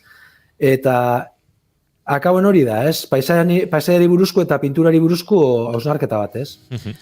Alain, askotan ez da izaten ere ezkutuko mezuak egongo balira bezala, ez? Artean, esan hori da, artea ikasten duen hori gai dela, akaso guzti hori deszifratzeko, ez? Eta beste pertsona batzuk, emozioekin edo sensazioekin gelditzen direla interpretatzeko garaian. Horrelako asko ematen da, adibidez, hor adibidez zuk esaten duzuna, paisaia hor dago ezkutatuta dago, edo propio agerian uzten du margolariak? Dana dago agerian. Begi da arteatekona eta beti sarriken esaten da, ez? Piero Manzano esate ban. Jenteak zelan esaten dago gaur egun, ez dut ulertuten arte garaikidea, ez? Niri klasikoa guztetan jata, ez? Klasikoa ulertuten dut. Eta hori guzurre da. Eta enoa esaten jenteak guzurrek esaten dauzen, baina edo jenteak esaten dauenean guzurre dalakoan esaten dauela, ez? Ulertuten dut zesan gure da ben, baina ez da erreza ulertuten oin dela eta 5 urte pintetako kuadroak, zer esan gure da ben, seguk ikonografia hori ez duten, ez? Eta horre Giorgio Morandi, fotoak inbinten dauzenean maien, edo oin dela eta 5 urte, jenteak fotoak jartzen zauzenean mai baten, kuadro batik pintetako, bodegoi horrek eta gaur egun jenteak egiten dauzen bodegoiak, esan nahi desberdina dauk hori, ez? Nik ulertu dut, etxeko jenteak, edozein pertsonak, etxeko, edo niri jenteak zoizazte, osabak pintetan dau bere bai, edo amape pintetan dau. Bueno, jenteak pintetan dauen, etxean jarritiako poto batzu eta laranja betegaz da sagar betegaz, ez tekola esan nahi bet, bai hauen dela eta urte batzuk, klasikoak iten zaunean, bizitzan alegori bat iziten zan, eriotzari buruzko hausnarketa bat, bestelako irakurketa bat egote zan. Eta gaur egun ez dugu irakurta hori iten. Bai, irakurketa hori hor dau, ez? Eta mailak dauz. Eta nik ez dut uste, poesia gazbe gertatuten da, ez? Jente batek ulertuko dau, maila baten poesia, eta beste batzuk esango da, honetan esan gure zauen ez da izer, edo hori pentsetan zan, edo musikan gertatzen zana, edo gertatzen dana, ez? Nik ez dut ulertu behar, hitzak ez dut ulertu behar, ez? Eta hori da, esarrikan gurean gertatu izen dana, ez? Jeta esatzen ez dut entzuten euskaraz musikarik, ez dut esakaloko letrak ulertuten. Inglesez entzun jenteak entzuten dau. Eta ulertuten dozuz, ez. Ostia, ez tala bakarrik letran edo esan nahian beste maila desberdina dauz. Eta edonok disfrutal dau artea, eta ez da zetan ikasi behar ulertuteko, baizik eta kuriosidad apur bat aukin. Bai, ulermen geruzak daudela alegia, ez? Desberdinak direla bakoitzaren zatere. Bai. Alain. Bai. Bueno, Painting is a Mental Thing erakusketa honetan, Map Galeriak sortutako hontan, Giorgio Morandiren ibilbideko hainbat lan ikus daitezke eta hor elkarrizketa bat sortzen da, aldiz Alain Urrutiaren ibilbidean ez baizik eta azken hilabete urte hauetan, edo behintzate iaia espreskiontarako sortutako lanekin. Nolako izan da sorkuntza prozesu hori, alegia, ez dakit, elkarrizketa hori behartu duzu, sorkuntzatik, erreferentziatzat hartu dituzu, askeago sentitu dituzu lanak sortzerak orduan? Kasu honetan eta orain arteko nire lanean, ez tekot, ena sentidu bat ere behartuta lanak itera, ez? Zaka honek inizendotena da, oin arteko nire lanan antzeko zeus zerrein, ez? Baina, bekaia diferentea. Enaz oinarritu beran lanetan, ez dut beran lanik hartu oinarritzat, baizik eta berak buruan eukingo zauen ideia hori, ez? Berak paisaia zen ulertuko zauen, zeratu nazu ulertuten. Eta lehen maitenak esan dauena, ez? Ez dakit jenteak nik indako irakurketa hori ulertu dauen edo baina azkenean luma baten agertzen den edo dekon esan nahi hori, luma horrek ez da guzen gure paisaia, bainitzako badeko paisaia zer ikusi bet, eta etxera ekarritiako zeuzer da, kanpotik ekarritiako zeuzer, askatasuna be izlatzen da, txoriak egaz egiten da, baina lumak egaz ez da egiten.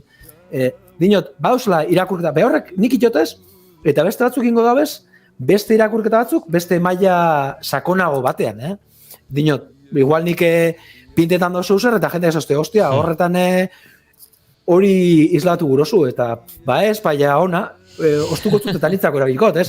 Eta batzutan, eta nien nasona berbakaz. Enaz, bestela igual idazli izango nintzen, edo nien nasona berbakaz. Eta klaudekotena, nire gauzak esateko modua irudia diela. Eta ekot, noa esaten erraztasuna, erraztasuna esaten dena, emoten dau erraz indiako lana diela, baina bai, hori da nire gaitasuna, ez? Irudi desberdinak hartu, batu eta alkartuta sortzen diren irakurketak sortzeko. Aukera emoteko jentari, zeu zerren inguruen pentsatuteko, ez?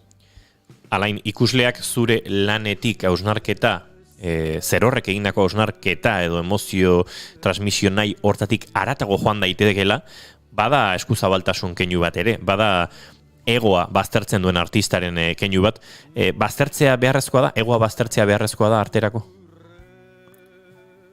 Egoa baztertutea ez dakit, jente asko esango dauna da, hor dauela, ez? Egoa norberak zeu zer pintetan dauenan, zeu zer egiten dauenan, eta arte esparru danetan, ez? Emoten dau munduari erakutsi nahi dotze zule zeu zer, eta bestetik eriotzeari aurre egiteko modu etala, ez? Ni joango naz, baina ni lana hemen geratuten da, ez? Baina gero eskara inobez. Orduen, argi eukin behar dugune da, eskara inobez, eta segurenik ni lana ez duela inora bez. Batzuk disfruta alba da behondo, baina nik egia da nitzako jotela. Eta hori da behar izana norberana dala.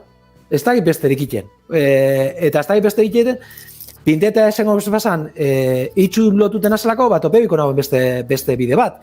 Baina bai, ingenierua dana, beran lana bebadeko pisubet, beran bizitan maitasuna gaziten danean, ez da hori da, eta hori da desbereinu behar danean lana eta ogibidea, ez? Hau ez da ogibidea. Da handik aratago doan zeuzer, ez? Eta hori da argi egon behar dana. Gero egoa,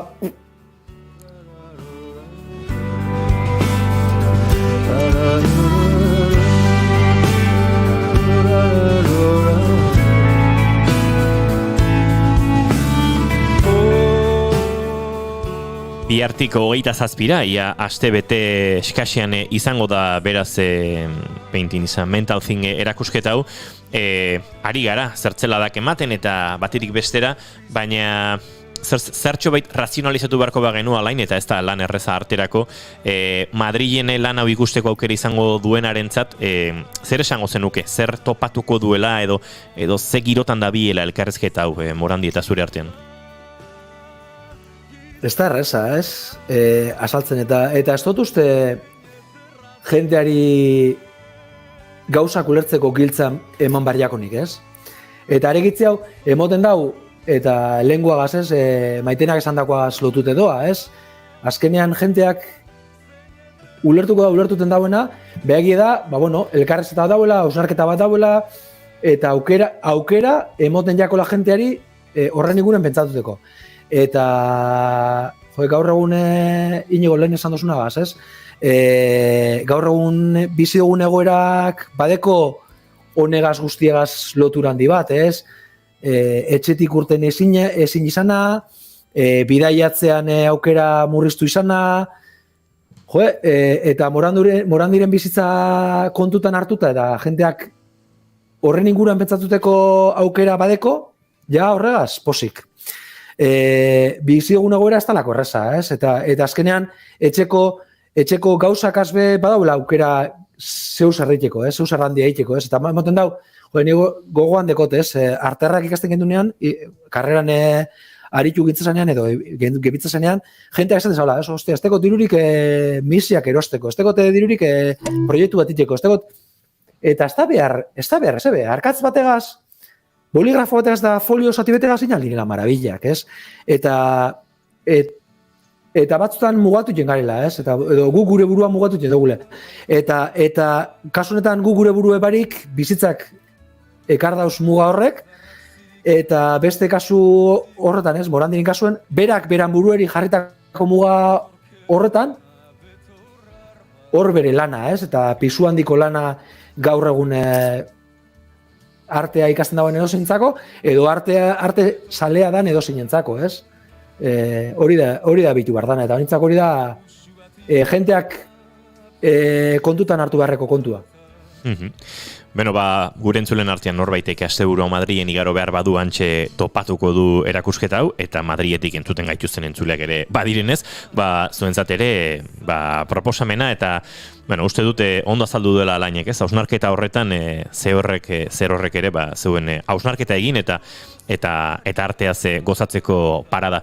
Baina agurta horretik beste pare bat gaien inguruan ere aritu nahi genuen, Alain Urrutiarekin bada ez euskal artista urruneko horietakoa dagoeneko, urteak ere Bilbotik urrun xamar egindakoak, Alain, eta era berean gure kulturgintzarekin erabateko lotura mantentzen duzuna. Zart kolektiboko kidere bazara, entzuten ari gara Mikel Urdangarinen, orain arte aritu gara, Margolaria disko hori, haren azala egin zenuen, baita Izurden lekuarena, gurekin izan genuen hemen ere Maite Larburu, krake diskori aurkezten, hemen daukagu Edoi Etxartearen sortaldekoak, uste dut hemen ere egokitu zaizula azal honetan diseinuan parte hartzea. Nik hor deko bere, bai. Bigarren ez irakorten nabil eta esan disfrutatzen. Ederra da. Aizu, baina horrek mantentzen zaitu, oso gurean txertatuta, oso gurekin harremanetan, ez dakit herrimina sendatzen duen arteak berak ere, eta alako artistekin, beste disiplinetan dabilen jendearekin elkarlan hauetan aritzeak, ez? Egi da, herriminan inguruan jente asko galdetu doztela sarretan, ez? Eta herriminik ez dau, herrian zauzenean, ez? Eta nitzako nauen lekuan nauela herrien, nintzako ez da, ni han bizinaz. Eta jenteak zauzenean, Berlinen dekotetxi, ni Bilbon bizinaz. Eta Berlinen dekotetxi, ez?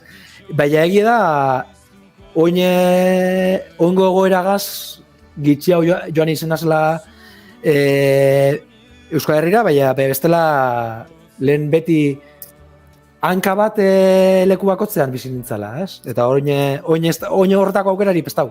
Baina ez da herrimina sendatzeko aitzakia, baizik eta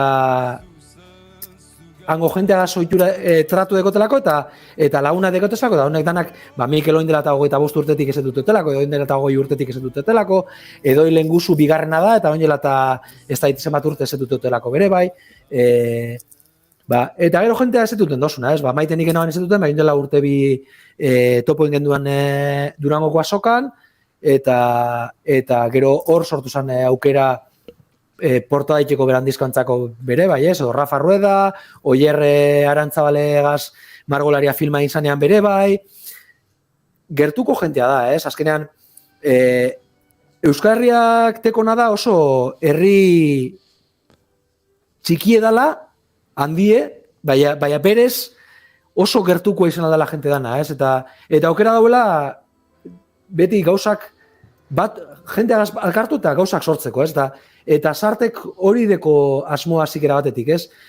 Disiplina desberdinetako jentea alkartu eta proiektuak alkarrekin sortzea. Ez egi da, pandemia heldu zanetik, holangorik egiteko aukerarik ez dela hon, baina, eta orduen, norbanakako proiektuak egin izen dira, ez? Rafa Rueda diskoa, Maitena, edo Mikelen diskoa, edo Arkaitzkanon eta Oierren liburua, abesti bat gitzeo liburua berar giteratu gendun, ez? hori existiute zen, eta guk ostrabe publikatu genduen, ez? Helduko da momentua, hau da amaituten dana, helduko da momentua ostrabe batu eta proiektuak alkarrega ziteko. Ari gara entzuten eta ikusten aipatu duzun dokumental horren, Margolaria dokumentalaren trailerra, Oier Arantzabalen lan ederrau, neurri batean honek eman dio ere bai, euskal kultur zaleari eta euskal kulturari, bueno, Alain Urrutia beste modu batean ere ezagutzeko, pintore askotan ezagutzen da, Margolari ezagutzen da haren lanen bitartez, eta hemen zertxo bait barrurago ere murgildu ziren kamerak, eta bueno, bidai ederra kontatzen du, ikusi ez duenarentzat guztiz gomendagarria dena, baina bada hemen amaitu horretik, bueno, beste aipu bat aterako dugu, abiatu dugu, Morandiren aipu batekin eta zure beste batekin, edo zure esan batzukin amaituko dugu galdera eta guzti. Eta diozu dokumentalean zehozerren bilan abil, baina ez topatze horrek motibatzen du margotzen jarraitzera Margolaria. Bertigo ematen du, topatzeak, Alain, topatu eta amaitu den horrek?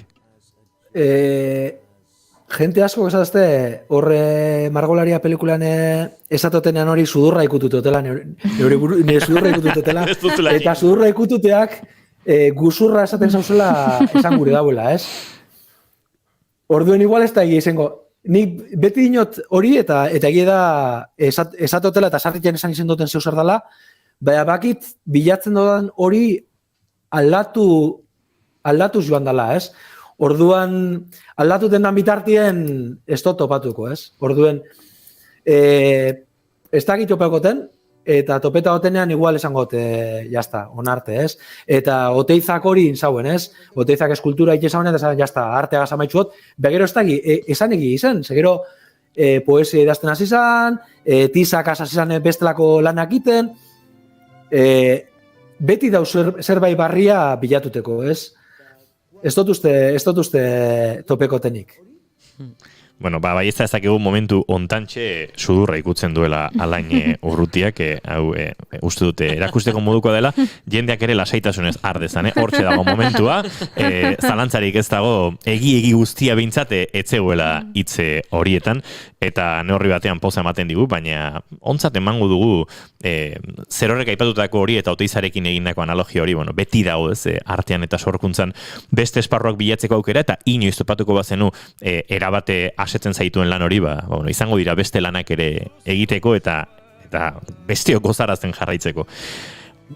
Bai, eta egun emeten, izango bagintzak apasak, hiltzen garen egunen esateko igual esango duen, ostia, 24 urte gazin nauen kuar hori izan egin nauen onena.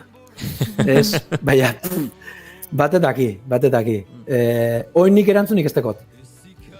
Alain Urrutia, mila esker gurekin bigarren kafea bartzeagatik, beti urrunean, gaur ere Madrilen, baina gertu sentitu zaitugu, suni mino bat sentitu dugu hemen bihotzean Mikelek dion bezalaxe, eta bere suni mino bat kantuarekin agurtuko dugu gaurko saioa. Plazer bat eta, bueno, goza ezazula, behar bezala erakusiera hori, Alain. Eskerrik asko. Eskerrik asko, bai. Laster arte. Maiten azu datorren aste arte? Bai. Inauteri bete-betean, aste hartitan. Ai, ze ondo pasadatu behar duzuen hemen. Ni aste bukaran ez daterako, esan behar dute ez lana daukat. Zer egingo diogu baina datorren urtean, bikoitza. Goiuri, zu bihar arte? Bihar arte. Eta zoi entzule plazerra baduzu behintzat, arratsaldeko 4:00. Hemen izango gara bihar ere, bigarren kafean, ostedun gizen atariko egunean oraindik. Asteazken inauteri koloreko horri helduko diogu izan ondo, eta bihar arte, aio.